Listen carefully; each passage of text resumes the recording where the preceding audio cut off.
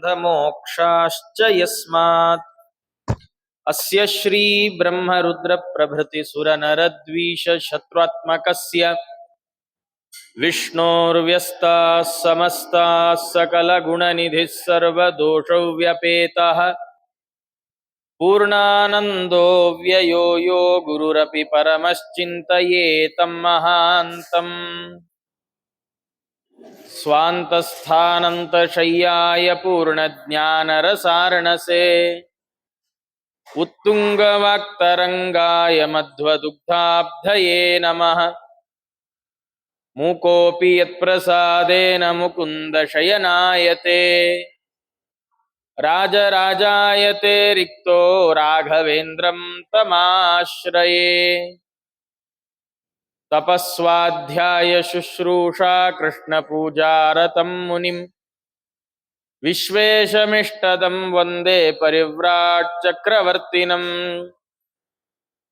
आपादमौलिपर्यन्तं गुरूणामाकृतिं स्मरेत् तेन विघ्नाः प्रणश्यन्ति सिद्ध्यन्ति च मनोरथाः। स्वस्त्यस्तु सतां श्रीगुरुभ्यो नमः। हरिः ओम्।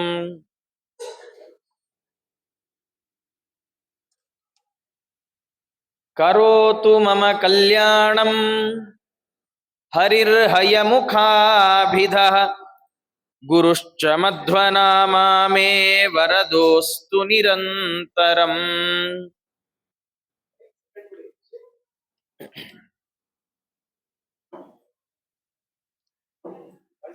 ವಾದಿರಾಜ ಗುರು ಸಾರ್ವಭೌಮರ ಸರಸಭಾರತಿ ವಿಲಾಸದಲ್ಲಿ ಭಗವಂತನ ಸ್ತುತಿಪರವಾದಂತಹ ವಿಲಾಸವನ್ನ ಮತ್ತು ರಮಾದೇವಿಯರು ಹಾಗೆ ಬ್ರಹ್ಮದೇವರನ್ನ ಸ್ತೋತ್ರ ಮಾಡುವ ಎರಡು ಭಾಗಗಳನ್ನ 2 ದಿವಸಗಳಲ್ಲಿ ನಾವು ಚಿಂತನೆ ಮಾಡಿದ್ದೇವೆ.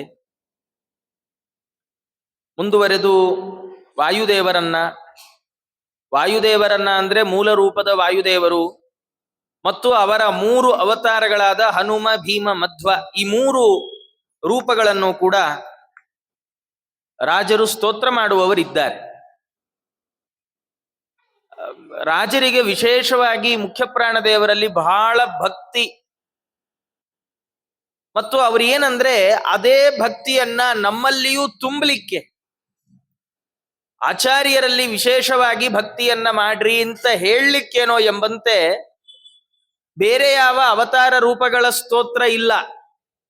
ಒಂದು ಭಗವಂತನ ಅವತಾರಗಳ ಸ್ತೋತ್ರವನ್ನ ಮಾಡಿದ್ರು, ಮುಂದೆ ವಾಯುದೇವರ ಅವತಾರದ್ದೇ ಸ್ತೋತ್ರ ಮಾಡೋದು. ಅವರು ಹನುಮಂತ ದೇವರನ್ನ ನಿನ್ನೆ ಸ್ತೋತ್ರ ಮಾಡಿದ್ದಾರೆ, ಆ ಸ್ತೋತ್ರವನ್ನ ನಾವು ಚಿಂತನೆ ಮಾಡಿದ್ದೇವೆ.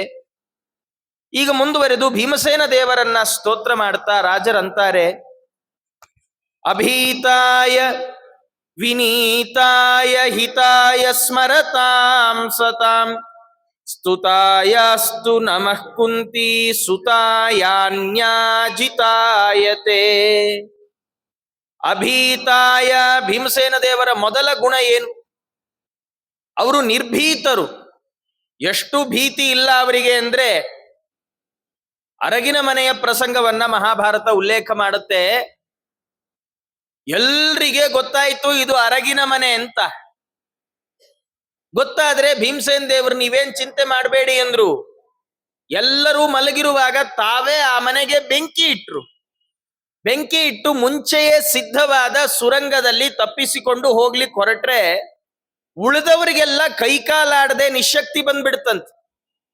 ಯಾಕೆಂದ್ರೆ ಭಯ, ಏನಾಗತ್ತೋ ಏನೋ, ದುರ್ಯೋಧನನ್ ಕಡೆಯವ್ರು ಇನ್ನೇನ್ ನಮ್ಮನ್ನು ಹಿಡದೇ ಬಿಟ್ರೋ ಏನೋ ಅಂತ ಬಹಳ ಭಯದಿಂದ ಕೈಕಾಲಾಡ್ಲಿಲ್ಲ. ಭಾರಿ ಆಕ್ಟಿವ್ ಆಗಿರೋ ಮಕ್ಕಳು ಪರೀಕ್ಷೆ ಸಂದರ್ಭದಲ್ಲಿ ಹೋಗಿ ಪರೀಕ್ಷಕರ ಮುಂದೆ ಕೂತ್ರೆ ಓದಿಲ್ದಿದ್ರೆ ಕೈಕಾಲೇ ಆಡಲ್ಲ, ಮಾತೇ ಬರಲ್ಲ. ಕ್ಲಾಸ್ ರೂಮ್ ತುಂಬಾ ಮಾತಾಡೋರು ಎಕ್ಸಾಮ್ ಅಲ್ಲಿ ಮಾತೇ ಮರ್ತು ಹೋಗ್ತಾರೆ. ಹಾಗೆ ಇಡೀ ಅರಗಿನ ಮನೆಯನ್ನ ಎಲ್ಲ ನೆರವೇರಿಸಿದವರು ಭೀಮಸೇನ ದೇವರು. ಆದ್ರೆ ಭಯ ಆಗಿ ಕೈಕಾಲಾಡದೆ ಇದ್ದಿದ್ದು ಧರ್ಮರಾಜಾದಿ ಎಲ್ರಿಗೆ. ಭೀಮಸೇನ ದೇವರು ಅವರನ್ನೂ ತಾವೇ ಮೈಮೇಲೆ ಹೊತ್ಕೊಂಡು ಓಡಿದ್ರು. ಆಮೇಲೆ ಬಕನ ಪ್ರಾಣ ತೆಗೆದದ್ದು, ದಾಸರಂತಾರಲ್ಲ, ಬಕನ ಪ್ರಾಣವ ಹಿಂಡಿತು ಯಾರು? ಕೂಸು. ಅಂದ್ರೇನು? ಮಕ್ಕಳಿಗೆ ಇದು ಕೆಂಡ ಬೆಂಕಿ ಸುಡತ್ತೆ ಏನು ಗೊತ್ತಿರಲ್ಲ. ಅಪ್ಪ ಅಮ್ಮಂದ್ರು ಅಯ್ಯೋ ಮೆಟ್ಲತ್ರ ಬೇಡ ಬಿದೋಗ್ಬಿಡ್ತೀಯ ನಾವು ಗಾಬರಿ ಆಗ್ಬೇಕು ಬಿಟ್ರೆ ಮಕ್ಕಳು ಕೆಂಡದ ಹತ್ರವೂ ಹೋಗ್ತಾವೆ. ಅವು ಹುಲಿ ಅಂದ್ರೆ ಹೆದರಿಕೆ ಇಲ್ಲ, ಸಿಂಹ ಅಂದ್ರೆ ಹೆದರಿಕೆ ಇಲ್ಲ, ಯಾವ ಪ್ರಾಣಿ. ನಾವು ಒಂದ್ ಜಿರಳೆ ಕಂಡ್ರೆ ಹೆದರ್ತೀವಿ. ಆ ಹಿಟ್ಟು ಪಟ್ಟು ಏನೇನೋ ಹೊಡೆದು ಅದು ಸಾಯೋವರೆಗೂ ಬಿಡದೆ ಅದೆಲ್ಲ ನಮ್ದು. ಮಕ್ಕಳಿಗೆ ಯಾವ ಹೆದರಿಕೆ ಇಲ್ಲ. ಹೇಗೆ ಮಕ್ಕಳು ನಿರ್ಭೀತಿಯಿಂದ ನಿಸ್ಸಂಕೋಚವಾಗಿ ಎಲ್ಲದರಲ್ಲಿ ಪ್ರವೃತ್ತಿ ಮಾಡ್ತಾರೆ. ಬಕನನ್ನ ಕೊಲ್ಲಿಕ್ ಹೊರಟಾಗ ಭೀಮಸೇನ್ ದೇವರು ದೊಡ್ಡ ಬಂಡಿ ತುಂಬಾ ಅನ್ನದ ರಾಶಿ ತುಂಬಿಕೊಂಡು ಹೊರಟವರಿಗೆ ಆ ಮುಂಚೆಯೇ ಆ ಊರಿನವ ಹೇಳಿದ್ದ, ನೀನು ಬಕನಿಗೆ ಹೊಟ್ಟೆಗೆ ಹೋಗ್ಬೇಕಾದವ, ನೀನ್ ಸುಮ್ನೆ ಬಂಡಿ ಓಡಿಸೋ ಡ್ರೈವರು, ಇದು ಪಾರ್ಸಲ್ ಅಲ್ಲಿ ಕೊಟ್ಟು ನೀ ಬರೋದಿಲ್ಲ, ನಿನ್ನನ್ನು ಬಾಯಿಗೆ ಹಾಕೊಳ್ತಾನ್ ಬಕ ಅಂತ. ಏನ್ ಮಾಡಿದ್ರು ಭೀಮಸೇನ್ ದೇವರು? ಸೀದಾ ಹೋದ್ರು, ಬಕಾಸುರನ್ ಗುಹೆ ಎಲ್ಲಿತ್ತೋ ಅದರಿಂದ ಸ್ವಲ್ಪ ಹೊರಗೆ ಬಂಡಿ ನಿಲ್ಸಿದ್ರು. ನೋಡಿದ್ರು ಇಂಥ ಒಳ್ಳೆ ಪದಾರ್ಥಗಳು ಭಗವಂತನಿಗೆ ನಿವೇದಿತವಾದ್ದು. ಯಾವುದೋ ಅಸುರ ರಾಕ್ಷಸನ ಬಾಯಿಗೆ ಹೋಗ್ತಾ ಇದೆಯಲ್ಲ, ಮನುಷ್ಯರನ್ನ ಪೀಡಿಸುವವನ್ ಬಾಯಿಗೆ ಭಗವಂತನಿಗೆ ನಿವೇದಿತವಾದ್ದು ಹೋಗ್ತಾ ಇದೆಯಲ್ಲ ಅಂತ ಬೇಜಾರ್ ಮಾಡ್ಕೊಂಡ್ರು. ತಾವೇ ಕೂತ್ ಬಿಟ್ರು. ಬಂಡಿಗೆ ಪರಿಚೇಚನೆ ಮಾಡಿದ್ರು. ಬಂಡಿ ಅನ್ನವ ಉಂಡಿತು ಕೂಸು, ಸಾಲಿಲ್ಲಂತೆ ಬಕನ ಪ್ರಾಣವ ಹಿಂಡಿತು ಕೂಸು. ಬಂಡಿಯನ್ನ ತಿಂದು ಬಕನ್ ಪ್ರಾಣ ಉಂಡು ಭೀಮಸೇನ ದೇವರು ಆರಾಮವಾಗಿ ಮನೆಗೆ ಬಂದು ಮಲಗಿಬಿಟ್ರ. ಇದು ಭೀಮಸೇನ ದೇವರ ತಾಕತ್ತು. ಅಭೀತಾಯ. ಕೆಲವ್ರಿಗೆ ಏನಾಗ್ಬಿಡತ್ತೆ, ತುಂಬಾ ಆಢ್ಯತೆ ಬಂದ್ರೆ, ತುಂಬಾ ಶಕ್ತಿಯೋ ತುಂಬಾ ಸಂಪತ್ತೋ ಬಂದ್ಬಿಟ್ರೆ ಅವ್ರ ತಲೆ ನಿಲ್ಲಲ್ಲ ಅಂತ. ತಲೆ ನಿಲ್ಲಲ್ಲ ಅಂದ್ರೇನು? ತಲೆ ತೂಗ್ತಾ ಇರತ್ತೆ. ತುಂಬಾ ಭಾರ ಆದ್ರೆ ಮನುಷ್ಯ ತೂಗ್ತಾನ. ತುಂಬಾ ವಿದ್ಯೆಯಿಂದ ಮದವೋ, ಸಂಪತ್ತಿನ ಮದ, ಶಕ್ತಿಯ ಮದ ಯಾವುದು ಬಂದ್ಬಿಟ್ರು ತೂಗ್ತಾ ಇರ್ತಾರೆ. ಎಷ್ಟೋ ಜನ ಹೀಗೆ ನೀವು ನೋಡಿರ್ತೀರಿ. ಹೊಸದಾಗಿ ಉಂಗುರ ತಗೊಂಡ್ರೆ ಎಲ್ರ ಹತ್ರನು ಏನ್ರಿ ಚೆನ್ನಾಗಿದ್ದೀರಾ, ಹೇಗೆ, ಮತ್ತೆ ಹೀಗೆ ಮಾತಾಡ್ತಾರೆ. ಕೈ ಮುಂದಿಟ್ಟಿಟ್ಟೇ ಮಾತಾಡೋದು, ತಗೊಂಡಿದ್ದೆ ಇನ್ನೊಬ್ರಿಗೆ ತೋರ್ಸಕ್ಕೆ ಅಂತ. ಕೆಲವ್ರಿಗೆ ಹಾಗಾಗತ್ತೆ. ಭೀಮಸೇನ ದೇವರು ಜಗತ್ತಲ್ಲಿ ಯಾರಿಗೂ ಹೆದರದವರು. ಆದರೆ ಅವರಲ್ಲಿ ಇನ್ನೊಂದು ಏನು ಒಳ್ಳೆ ಗುಣ ಅಂದ್ರೆ ವಿನೀತಾಯ. ದೊಡ್ಡವರನ್ನ ಕಂಡ್ರೆ ಹಾಗೆ ತಲೆಬಾಗಿ ಬಿಡೋರಂತ. ಇಲ್ದಿದ್ರೆ ದುರ್ಯೋಧನನ್ನೆಲ್ಲ ಯಾವುದೋ ಕಾಲಕ್ಕೆ ಮಡ್ಚಿ ಹಪ್ಪಳ ಮಾಡಿ ಆಚೆಗೆ ಎಸ್ಬಿಡೋರು. ಭೀಮಸೇನ ದೇವರಿಗೆ ಏನ್ರಿ ಕಷ್ಟ? ವಿಷದ ಲಡ್ಡಿಗೆಗಳನ್ನ ಉಂಡು ಜೀರ್ಣಿಸಿಕೊಂಡ ಶರೀರ ಅದು. ಅವರಿಗೆ ಇವರೆಲ್ಲ ಒಂದು ಲೆಕ್ಕವೇ. ದೊಡ್ಡಪ್ಪ ಇದ್ದಾರೆ, ದೊಡ್ಡಮ್ಮ ಇದ್ದಾಳೆ, ಅವ್ರ ಮುಂದೆ ನಾ ಯಾವ ರೀತಿಯ ದುಸ್ಸಾಹಸಕ್ಕೂ ಕೈ ಹಾಕಬಾರದು ಅಂತ ರಣರಂಗದಲ್ಲಿ ದುರ್ಯೋಧನಾದಿಗಳು ಸಿಗೋವರೆಗೂ ಕಾದ್ರು ಭೀಮಸೇನ ದೇವರು. ಇದು ಅವರ ವಿನಯತೆ, ವಿನೀತತೆಗೆ ಇದು ಸಾಕ್ಷಾತ್ ದ್ಯೋತಕ.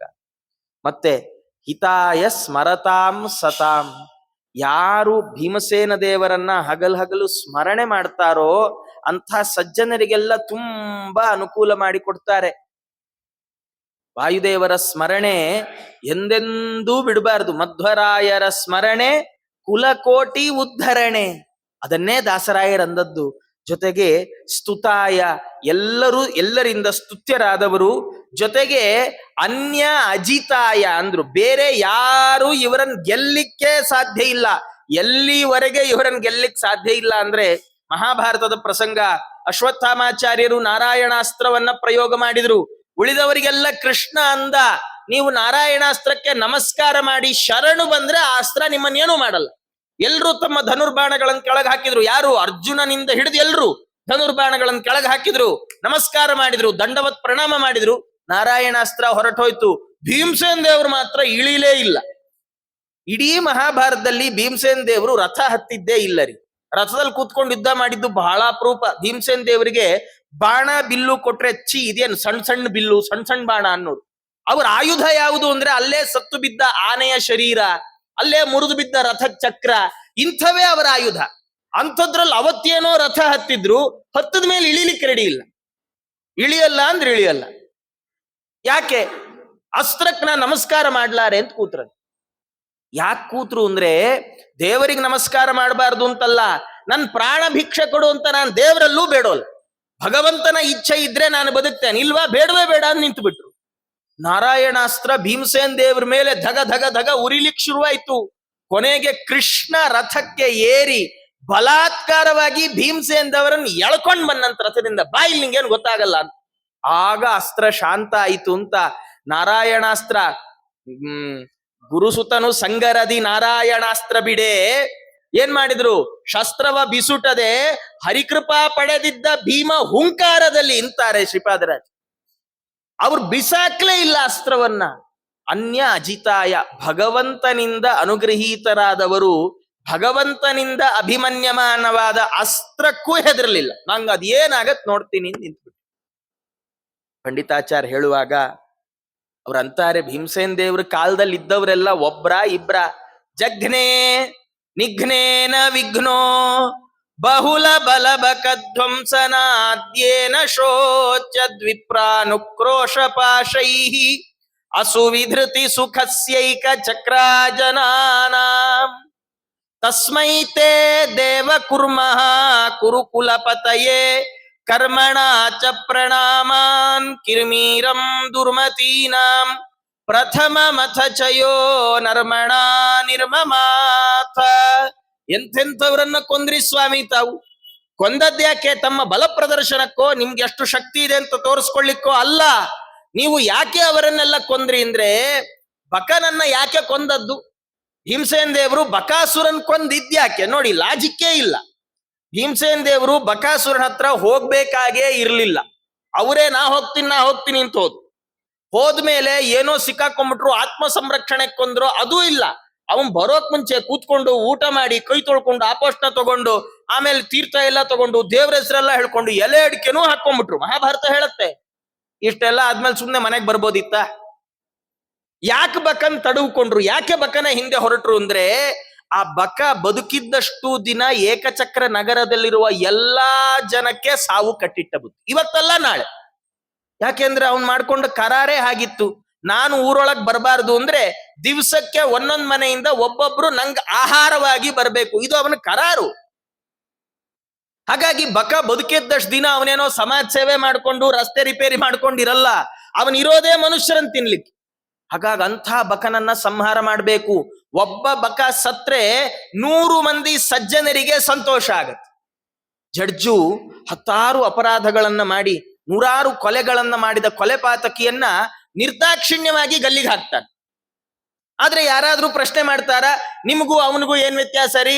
ಅವನ್ ಹತ್ಕೊಂಡ, ನೀವು 1 ಕೊಲ್ತಾ ಇದ್ದೀರಿ, ಏನ್ ಡಿಫ್ರೆನ್ಸ್ ಅಂತ ಜಡ್ಜನ್ನ, ನ್ಯಾಯಾಧೀಶನ್ ಯಾರಾದ್ರೂ ಪ್ರಶ್ನೆ ಮಾಡ್ತೇವ? ಇಲ್ಲ. ಯಾಕೆ? ನ್ಯಾಯಾಧೀಶಕ್ ಮಾಡ್ತಾ ಇರೋದು ಧರ್ಮದಂಡ, ಅಂದ್ರೆ ಧರ್ಮದ ನ್ಯಾಯದ ಚೌಕಟ್ಟಿನಲ್ಲಿ ನಿಂತು ಅಧಾರ್ಮಿಕನನ್ನ, ಜನರ ದ್ವೇಷಿಯನ್ನ, ಜನರಿಗೆ ಯಾರಿಂದ ತೊಂದರೆ ಆಗಿದೆಯೋ ಅವನನ್ನ ಕೊಲ್ತಾ ಇರೋದು ನ್ಯಾಯಾಧೀಶನ ಸ್ಥಾನದಲ್ಲಿ. ಅವನು ಸತ್ರೆ 4 ಜನಕ್ಕೆ ಉಪಯೋಗ ಇದೆ. ಭೀಮಸೇನ್ ದೇವ್ರು ಅವತ್ ಮಾಡಿದ್ದ ಅದನ್ನ. ಒಬ್ರ ಇಬ್ರ ಬಕ, ಕಿರ್ಮೀರ, ಕೀಚಕ ಎಷ್ಟು ಮಂದಿಯನ್ನ ಸಂಹಾರ ಮಾಡಿದ್ರು. ಎಲ್ಲ ಮಾಡಿದ್ಯಾಕೆ? ಭಗವತ್ ಪ್ರೀತಿಗೆ, ಜನರ ಸಂರಕ್ಷಣೆಗೋಸ್ಕರ ಅಂತ ಈ ಕಥೆಯನ್ನಿಲ್ಲಿ ನೆನಪಿಸ್ತಾ ಅನ್ಯಾಜಿತಾಯ ಅಂತ ಮುಂದುವರೆದು ಭೀಮಸೇನ್ ದೇವರನ್ನು ಸ್ತೋತ್ರ ಮಾಡ್ತಾ ಅಂತಾರೆ, ಸಪತ್ನ ಜನ ಭೀಕರಂ ಶುಭ ಗುಣೌಘ ರತ್ನಾಕರಂ ಮಹತ್ತಮ ಗದಾಧರಂ ಹರಿಪದಾನ ಮತ್ಕಂಧರಂ ಬಲೋರ್ಜಿತ ವೃಕೋದರಂ ರಚಿತ ರಾಜಸೂಯಾಧ್ವರಂ ಸದಾ ಸ್ಮರತ ಸಾದರಂ ಹೃತ ಖಲಾಖ್ಯ ಪೃಥ್ವೀಭರಂ. ಎಂಥವ್ರಪ್ಪ ಭೀಮಸೇನ್ ದೇವರು? ಸಪತ್ನ ಜನ ಭೀಕರಂ. ಸಪತ್ನರು ಅಂದ್ರೆ ಶತ್ರುಗಳು. ಯಾರ್ಯಾರು ಶತ್ರುಗಳಿದ್ದಾರೋ ಅವರಿಗೆಲ್ಲ ಅತ್ಯಂತ ಭಯಂಕರರಾದವರು. ಎಷ್ಟು ಭಯಂಕರರು ಅಂದ್ರೆ, ದುರ್ಯೋಧನಾದಿಗಳು ಅಸ್ತ್ರಶಸ್ತ್ರ ವಿದ್ಯೆಗಳನ್ನ ಅಭ್ಯಾಸ ಮಾಡುವ ಮೊದಲೇ ದುರ್ಯೋಧನಂಗೆ ಭೀಮಸೇನ್ ದೇವರನ್ನ ಕಂಡ್ರೆ ಹೆದರಿಕೆ ಇತ್ತು. ಯಾಕೆಂದ್ರೆ ಯಾವ ಆಟದಲ್ಲಿ ಭೀಮ ಇದ್ದಾನೋ ಆ ಆಟದಲ್ಲಿ ದುರ್ಯೋಧನ ಗೆದ್ದ ಇತಿಹಾಸವೇ ಇಲ್ಲ. ಅರ್ಜುನನನ್ನ ಮುಳುಗಿಸ್ತಾ ಇದ್ದ ದುರ್ಯೋಧನ, ಯುಧಿಷ್ಠಿರನನ್ನ ಮುಳುಗಿಸ್ತಾ ಇದ್ದ. ಆದ್ರೆ ಭೀಮ ಬಂದ್ರೆ ದುರ್ಯೋಧನನ ಆಟ ನಡೀತಾ ಇರಲಿಲ್ಲ. ಹಾಗಾಗಿ ಅವತ್ತಿನ ಕಾಲಕ್ಕೆ ಚಿಕ್ಕ ವಯಸ್ಸಲ್ಲಿ ಆಟ ಆಡೋ ವಯಸ್ಸಲ್ಲೇ ಭೀಮಸೇನ ದೇವರನ್ನ ಇಲ್ಲವಾಗಿಸುವ ಪ್ರಯತ್ನ ದುರ್ಯೋಧನನ. ಇಷ್ಟು ಭಯವನ್ನ ಸಪತ್ನ ಜನರಿಗೆ, ಶತ್ರುಗಳಿಗೆ ಉಂಟು ಮಾಡಿದವರು, ಶುಭವಾದ ಗುಣಗಳಿಂದ ಕೂಡಿದವರು, ಜೊತೆಗೆ ರಚಿತ ರಾಜಸೂಯಾಧ್ವರಂ, ರಾಜಸೂಯ ಯಾಗವನ್ನ ಮಾಡಿದವರು ಅಂತಾರೆ ವಾದಿರಾಜಸ್ವಾಮಿಗಳು. ನಿಜವಾಗಿ ಮಹಾಭಾರತವನ್ನು ನೋಡಿದ್ರೆ ಅದರಲ್ಲಿ ರಾಜಸೂಯ ಯಾಗವನ್ನ ಮಾಡಿದವರು ಯಾರು? ಯುಧಿಷ್ಠಿರ, ಅವನು ಯಜಮಾನ, ದ್ರೌಪದಿ ಯಜಮಾಂತಿ. ಹಾಗಾದ್ರೆ ಭೀಮಸೇನ್ ದೇವರು ರಾಜಸೂಯ ಯಾಗ ಮಾಡಿದ್ದ ಹೇಗೆ? ಇದನ್ನ ಆಚಾರ್ಯರು ಮಹಾಭಾರತ ತಾತ್ಪರ್ಯ ನಿರ್ಣಯದಲ್ಲಿ ಮಾತಾಡುವಾಗ ಅಂತಾರೆ, ಯುಧಿಷ್ಠಿರ ಹಸೆ ಮಣೆ ಮೇಲ್ ಕೂತ್ಕೊಂಡು ಯಜಮಾನ ಆಗಿರಬಹುದು, ಆದ್ರೆ ನಿಜವಾಗಿ ರಾಜಸೂಯ ಯಾಗದ ಪುಣ್ಯ ಯಾರಿಗ್ ಹೋಗುತ್ತೆ ಅಂದ್ರೆ, ಯಾರು ತುಂಬಾ ಕೆಲಸ ಮಾಡಿದಾರೋ ರಾಜಸೂಯ ಯಾಗ ನಡೀಲಿಕ್ಕೆ ಅವರಿಗೆ ಆ ಪುಣ್ಯ ಹೋಗೋದು. ಹಾಗಾದ್ರೆ ರಾಜಸೂಯ ಯಾಗ ನಡೀಲಿಕ್ಕೆ ಪ್ರಧಾನ ಕಾರಣ ಯಾರು? ಭೀಮಸೇನ ದೇವ್ರು. ಯಾಕೆ? ಅವು ಜರಾಸಂಧ ಸಾಯ್ದೇ ಇದ್ರೆ ರಾಜಸೂಯ ಯಾಗ ಎಲ್ಲಿ ನಡೀತಾ ಇತ್ತು? ಜರಾಸಂಧನ ಸಂಹಾರ ಮಾಡುವ ಮೂಲಕ ರಾಜಸೂಯ ಯಾಗಕ್ಕೆ ಮೊದಲ ಈಡ್ಗಾಯಿ ಒಡೆದಿದ್ದೇ ಭೀಮಸೇನ ದೇವ್ರು. ಹಾಗಾಗಿ ನಿಜವಾದ ಪುಣ್ಯಾತ್ಮರು ಯಾರು? ರಾಜಸೂಯ ಯಾಗ ಮಾಡಿದ ಪುಣ್ಯ ಯಾರಿಗೆ? ಭೀಮಸೇನ ದೇವರಿಗೆ. ನಿರ್ಮೃದ್ನನ್ ಅತ್ಯಯತ್ನಂ ವಿಜರವರ ಜರಾಸಂಧ ಕಾಯಾಸ್ಥಿ ಸಂಧೀನ್ ಯುದ್ಧೇ ತ್ವಂ ಸ್ವಧ್ವರೇವ ಪಶುಮಿವ ದಮಯನ್ ವಿಷ್ಣು ಪಕ್ಷದ್ವಿಡೀಶಂ. ಅವ ಎಂಥವನು ಅಂದ್ರೆ ಜರಾಸಂಧ ಸಾಮಾನ್ಯದವನಲ್ಲ. ಯಾರ್ಯಾರು ವೈಷ್ಣವ ದ್ವೇಷಿಗಳಿದ್ದಾರೋ ಅವ್ರದ್ದೆಲ್ಲ ಆಗ್ಲೇ ಒಂದು ಸಂಘ ರಿಜಿಸ್ಟರ್ಡ್. ಏನು? ವಿಷ್ಣು ದ್ವೇಷಿಗಳ ಸಂಘ ಅಂತ. ಅದಕ್ಕೆ ಯಾರು ಅಧ್ಯಕ್ಷರು ಅಂದ್ರೆ ಜರಾಸಂಧಾಚಾರ್ಯರು. ಈ ಜರಾಸಂಧ ಏನಿದ್ದಾರಲ್ಲ, ಇವನು ವಿತೌಟ್ ಎಲೆಕ್ಷನ್ ಯುನಾನಿಮಸ್ ಆಗಿ ಅಧ್ಯಕ್ಷ, ಆಜೀವ. ಕೆಲವು ದೇಶಗಳಿಗೆ ಹಾಗಿರ್ತಾರೆ ಅಧ್ಯಕ್ಷರು. ಕೆಲವು ದೇಶದಲ್ಲಿ ಮಾತ್ರ ನಾವೆಲ್ಲ ಚುನಾವಣೆ ಗಿನಾವಣೆ ಮಾಡಿ ಒಂದಿಷ್ಟು ದುಡ್ಡೆಲ್ಲ ಮಾಡ್ತೀವಲ್ಲ, ಅಲ್ಲಿ ಜರಾಸಂಧನ್ ಮಾತ್ರ ಹಾಗಿಲ್ಲ. ವಿಷ್ಣು ದ್ವೇಷಿಗಳ ಸಂಘಕ್ಕೆ ಅವಿರೋಧವಾಗಿ ಚುನಾಯಿತನಾದ ಅಧ್ಯಕ್ಷ ಯಾರು ಅಂದ್ರೆ ಜರಾಸಂಧ. ಎಷ್ಟರ ಮಟ್ಟಿಗೆ ಅಂದ್ರೆ ಅವನು ನಿಜವಾಗಿ ರಾಜ. ರಾಜನಿಗೆ ಪ್ರಜೆಗಳ ಹಿತರಕ್ಷಣೆ ಅನ್ನೋದು ಮೊದಲ ಕರ್ತವ್ಯ. ಅವನು ಅದನ್ನ ಇಟ್ಬಿಟ್ಟು ಎಲ್ಲೆಲ್ಲೆಲ್ಲಿ ವಿಷ್ಣು ಭಕ್ತರು ಸೇರಿದ್ದಾರೋ ಅಲ್ಲೆಲ್ಲ ಹೋಗೋದು, ಅವರನ್ನೆಲ್ಲ ಸೆರೆ ಹಿಡಿಯೋದು. ಹೀಗೆ ಸುಮಾರು ರಾಜಕುಮಾರರನ್ನ ಸೆರೆ ಹಿಡಿದು ತಂದು ಹಾಕಿದ್ದ. ತಾನು ದೊಡ್ಡ ಯಾಗ ಮಾಡಿ ಅದರಲ್ಲಿ ಎಲ್ಲರ ಬಲಿ ಹಾಕಬೇಕು. ಅಷ್ಟು ವಿಷ್ಣು ದ್ವೇಷಿ. ಭೀಮಸೇನ ದೇವರು ಏನ್ ಮಾಡಿದ್ರು? ಅವನನ್ನ ಸ್ವಧ್ವರೇವ ಪಶುಂ ಇವ ದಮಯನ್ ಅಂತ ಅವನನ್ನ ಮರ್ದನ ಮಾಡಿದ್ರು. ಹೇಗೆ? ಪಶುವನ್ನ ಮರ್ದನ ಮಾಡುವಂತೆ ತಾವು ಅವನನ್ನ ಅನಾಮತ್ತು ಸೀಳಿ ಬಿಟ್ಟಿದ್ದಾರೆ ಜರಾಸಂಧನನ್ನು. ಯಾವತ್ ಪ್ರತ್ಯಕ್ಷ ಭೂತಂ ನಿಖಿಲ ಮಖಭುಜಂ ತರ್ಪಯಾಮಾಸಿ ಥಾಸೌ ತಾವತ್ಯಾಯೋಜಿ ತೃಪ್ತ್ಯ ಕಿಮು ವದ ಭಗವನ್ ರಾಜಸೂಯಾಶ್ವಮೇಧೆ. ಪಂಡಿತಾಚಾರ್ಯ ಅಂತಾರೆ, ಜರಾಸಂಧನನ್ನ ಕೊಂದು ಸಕಲ ಯಜ್ಞಗಳನ್ನು ಭುಂಜಿಸುವ ಯಾವ ಭಗವಂತ ಇದ್ದಾನೋ ಅವನೇ ಕೃಷ್ಣ ಆಗಿ ಕೂತಿದ್ದ. ಅವನನ್ನ ರಾಜಸೂಯಾಧ್ವರದಿಂದ ಎಷ್ಟು ಚೆನ್ನಾಗಿ ತೃಪ್ತಿಪಡಿಸಿದ್ರಿ ಅಂತ ನಾವು ಹೇಳಲಿಕ್ಕಾಗ್ತದ ಸ್ವಾಮಿ? ನಿಮ್ಮ ಮಹಿಮೆ ಒಂದೋ ಎರಡೋ, ಯಾವುದನ್ನ ಅಂತ ಹೇಳೋಣ ಅಂತ ಇಡೀ ರಾಜಸೂಯಾಗದ ಕ್ರೆಡಿಟ್ ಅನ್ನ ಭೀಮಸೇನ ದೇವರಿಗೆ ಕೊಡುತ್ತೆ ಶಾಸ್ತ್ರಗಳು. ಹಾಗಾಗಿ ಅವ್ರು ಹೇಳ್ತಾ, ರಚಿತ ರಾಜಸೂಯಾಧ್ವರಂ. ನಮ್ ಜೀವನದಲ್ಲಿ ನಾವೇನ್ ರಾಜಸೂಯಾಗ ಮಾಡಲ್ಲ, ಅಷ್ಟೊಂದು ಕೆಪಾಸಿಟಿನೂ ಇಲ್ಲ. ರಾಜಸೂಯಾಗ ಅಲ್ಲ, ನಮ್ಮ ಮನೇಲಿ ಏನಾರು ಫಂಕ್ಷನ್ ಆಗುವಾಗ ಪಕ್ಕದ ಮನೆಯವ್ರನ್ನ ಒಪ್ಸೋದೇ ಹರಸಾಹಸ ಆಗೋಗುತ್ತೆ. ಇವತ್ತೊಂಚೂರು ಹೋಮದ ಹೊಗೆ ಬರುತ್ತೆ, ತಡ್ಕೊಳ್ಳಿ. ಇವತ್ತೊಂಚೂರು ಶ್ರಾದ್ದ ಮಾಡ್ತೀವಿ, ಎಲ್ಲ ಜನ ಬಂದ್ಬಿಡ್ತಾರ, ತಡ್ಕೊಳ್ಳಿ. ಎಷ್ಟೋ ಸರ್ತಿ ಇದನ್ನೆಲ್ಲ ತಡ್ಕೊಳ್ಳಲ್ಲ ಅಂತ ಹೇಳಿ ನಾವು ಮಠಕ್ಕೆ ಮಂದಿರಕ್ಕೆ ಕೊಟ್ಬಿಡ್ತೀವಿ. ನಿಜವಾಗಿ ದೇವ ಪಿತೃ ಕಾರ್ಯಗಳು ಮನೆಯಲ್ಲಿ ನಡೆದಷ್ಟು ಮನೆಗೆ ಶ್ರೇಯಸ್. ಆದ್ರೆ ಇವತ್ ಮನೆಯಲ್ಲಿ ದೇವ ಕಾರ್ಯವನ್ನೋ ಪಿತೃ ಕಾರ್ಯವನ್ನೋ ನಡೆಸೋಷ್ಟು ಸೌಲಭ್ಯ ನಮ್ಮ ಮನೆಗಳಲ್ಲಿ ಇಲ್ಲ. ನಾವು ಮನೆ ಕಟ್ಟುವಾಗ ಮಾಸ್ಟರ್ ಬೆಡ್ರೂಮ್ ಚೆನ್ನಾಗಿದೆಯಾ, ಕಿಚನ್ ಓಪನ್ ಕಿಚನ್ ಇದೆಯಾ, ಕ್ಲೋಸ್ಡ್ ಕಿಚನ್ ಇದೆಯಾ, ಆಮೇಲೆ ಯುಟಿಲಿಟೀಸ್ ಎಲ್ಲ ಚೆನ್ನಾಗಿದೆಯಾ ನೋಡ್ತೇವೆ. ಬಿಟ್ರೆ ಎಂದು ನಾವು ಯೋಚನೆ ಮಾಡುವಾಗ ನಮ್ಮ ತಂದೆ, ನಮ್ಮ ತಾತ, ನಮ್ಮ ಮುತ್ತಾತ ಶ್ರಾದ್ದ ಮಾಡ್ಲಿಕ್ಕೆ ಅನುಕೂಲ ಇದೆಯಾ, ಒಂದ್ ಪೌಮಾನ ಹೋಮ ಸಣ್ಣದಾಗ ಒಂದು ಎರಡು 3 ಗಂಟೆಗಳ ಹೋಮ ಮಾಡ್ಲಿಕ್ಕೆ, ಬರೀ ಸಣ್ಣ ಹೋಮ ಅದನ್ ಮಾಡ್ಲಿಕ್ಕೆ ಏನಾದ್ರೂ ಅವಕಾಶ ಇಟ್ಕೊಂಡಿದೀವ? ಖಂಡಿತ ಯೋಚನೆ ಮಾಡ್ಲಿಲ್ಲ. ಹಾಗಾಗಿ ನಾವೇನ್ ರಾಜಸೂಯಾಗ ಮಾಡೋಲ್ಲ. ಆದ್ರೆ ನಾವು ಮಾಡುವ ಪ್ರತಿಯೊಂದು ಕರ್ಮವೂ ಒಂದೊಂದು ಯಜ್ಞ ಅಂತ ಅನುಸಂಧಾನ ಇರಬೇಕು ಅಂತ ಶಾಸ್ತ್ರಗಳು ಉಲ್ಲೇಖ ಮಾಡುತ್ತೆ. ಊಟ ಮಾಡ್ತಾ ಇದ್ದೀರಾ, ಅದೊಂದು ಯಜ್ಞ ಅಂತ ಅನುಸಂಧಾನ ಮಾಡಿ. ಭೋಜನ ಯಜ್ಞ ಅಂತ ಅನುಸಂಧಾನ ಮಾಡಿ.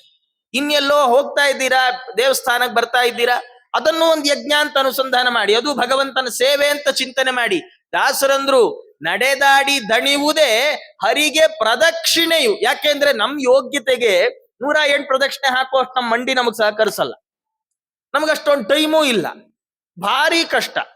ಹಾಗಾದ್ರೆ ಏನ್ ಮಾಡ್ಬೇಕು? ಏನ್ ಮಾಡ್ಬೇಡಿ, ಮನೆಯಲ್ಲೇ ದಿನ ಅಲ್ಲಿಂದ ಇಲ್ಲಿ ರೂಮಿಂದ ಬಚ್ಚಲ್ ಮನೆಯಿಂದ ಅಡಿಗೆ ಮನೆಯಿಂದ ದೇವ್ರ ಮನೆ ಓಡಾಡ್ತೀವಲ್ಲ. ಓಡಾಡುವಾಗೆಲ್ಲ ಸ್ವಾಮಿ, ನಾನು ಯಾವ್ಯಾವ ಹೆಜ್ಜೆ ಇಡ್ತಾ ಇದ್ದೇನೋ ಇದೆಲ್ಲ ನಿನ್ನ ಪ್ರದಕ್ಷಿಣೆ ಆಗ್ಲಿ ಅಂತ ಚಿಂತನೆ ಮಾಡಿದ್ರೆ ದೇವ್ರು ಓಕೆ ಅಂತಾನ. ಅಷ್ಟು ಇಂಥ ಯಜ್ಞಗಳೆಲ್ಲ ನಮ್ಮಿಂದ ನಡಿಬೇಕಾದ್ರೆ ಅದಕ್ಕೆ ಭೀಮಸೇನ ದೇವರ ವಾಯುದೇವರ ಅನುಗ್ರಹ ತುಂಬಾ ಮುಖ್ಯ. ನಮ್ ದೇಹದ ಪ್ರತಿಯೊಂದು ಅವಯವದ ಹಿನ್ನೆಲೆಯಲ್ಲಿಯೂ ವಾಯುದೇವರ ಅನುಗ್ರಹ ಬೇಕು. ಅದ್ ನೆಟ್ಟಿಗಿರ್ಬೇಕು ಅಂದ್ರೆ ಚೂರ್ ಏರ್ಪೇರಾದ್ರೂ ಮುಗಿದೋಯ್ತು, ಹರಯೇ ನಮಃ. ಹಾಗಾದ್ರೆ ಆ ರಾಜರಂತಾರೆ, ರಾಜಸೂಯ ಯಾಗವನ್ನ ಮಾಡಿದವರು ಭೀಮಸೇನ ದೇವರು ಅಂತ ಚಿಂತನೆ ಮಾಡುವ ಹಿನ್ನೆಲೆ ಏನು ಅಂದ್ರೆ, ನಮ್ ಜೀವನದಲ್ಲಿ ಪ್ರತಿನಿತ್ಯ ಅನೇಕ ಯಜ್ಞಗಳನ್ನ ಮಾಡ್ಬೇಕು. ಪ್ರಾತಃ ಸವನ, ಮಧ್ಯಂದಿನ ಸವನ, ಸಾಯಂ ಸವನ, ಈ ಎಲ್ಲ ಸವನಗಳಲ್ಲಿ ನಾವ್ ಏನೆಲ್ಲ ಕೆಲಸ ಮಾಡ್ತೇವೆ ಇದೆಲ್ಲ ನಿರ್ವಿಘ್ನವಾಗಿ ಆಗ್ಬೇಕು. ಆದ ಕೆಲಸ ಎಲ್ಲ ಭಗವತ್ ಪೂಜೆ ಆಗ್ಬೇಕು. ಅದನ್ನೇ ಸುಲಭ ಪೂಜೆಯ ಮಾಡಿ ಬಲವಿಲ್ಲದವರು ನಮಗೆ ಹೇಳಿದ್ದು. ಹಾಗಾದ್ರೆ ಇದೆಲ್ಲ ಆಗ್ಬೇಕು ಅಂತಾದ್ರೆ ರಾಜಸೂಯ ಯಾಗವನ್ನ ಮಾಡಿಸಿದ ಭೀಮಸೇನ ದೇವರೇ ನಮ್ಮನ್ನ ಅನುಗ್ರಹ ಮಾಡ್ರಿ ಅಂತ ಅವರನ್ನ ಕೇಳ್ಕೊಳ್ಬೇಕು ಅಂತ ಈ ಹಿನ್ನೆಲೆಯಲ್ಲಿ ಈ ಕಥೆಯನ್ನ ಸ್ಮರಿಸಿಕೊಡ್ತಾ, ನಮ್ಗೆ ನೆನಪಿಸಿಕೊಡ್ತಾ ಮುಂದುವರೆದು ಆಚಾರ್ಯ ಮಧ್ವರ ಸಂಕೀರ್ತನೆಯನ್ನ ಮಾಡ್ತಾ ಇದ್ದಾರೆ.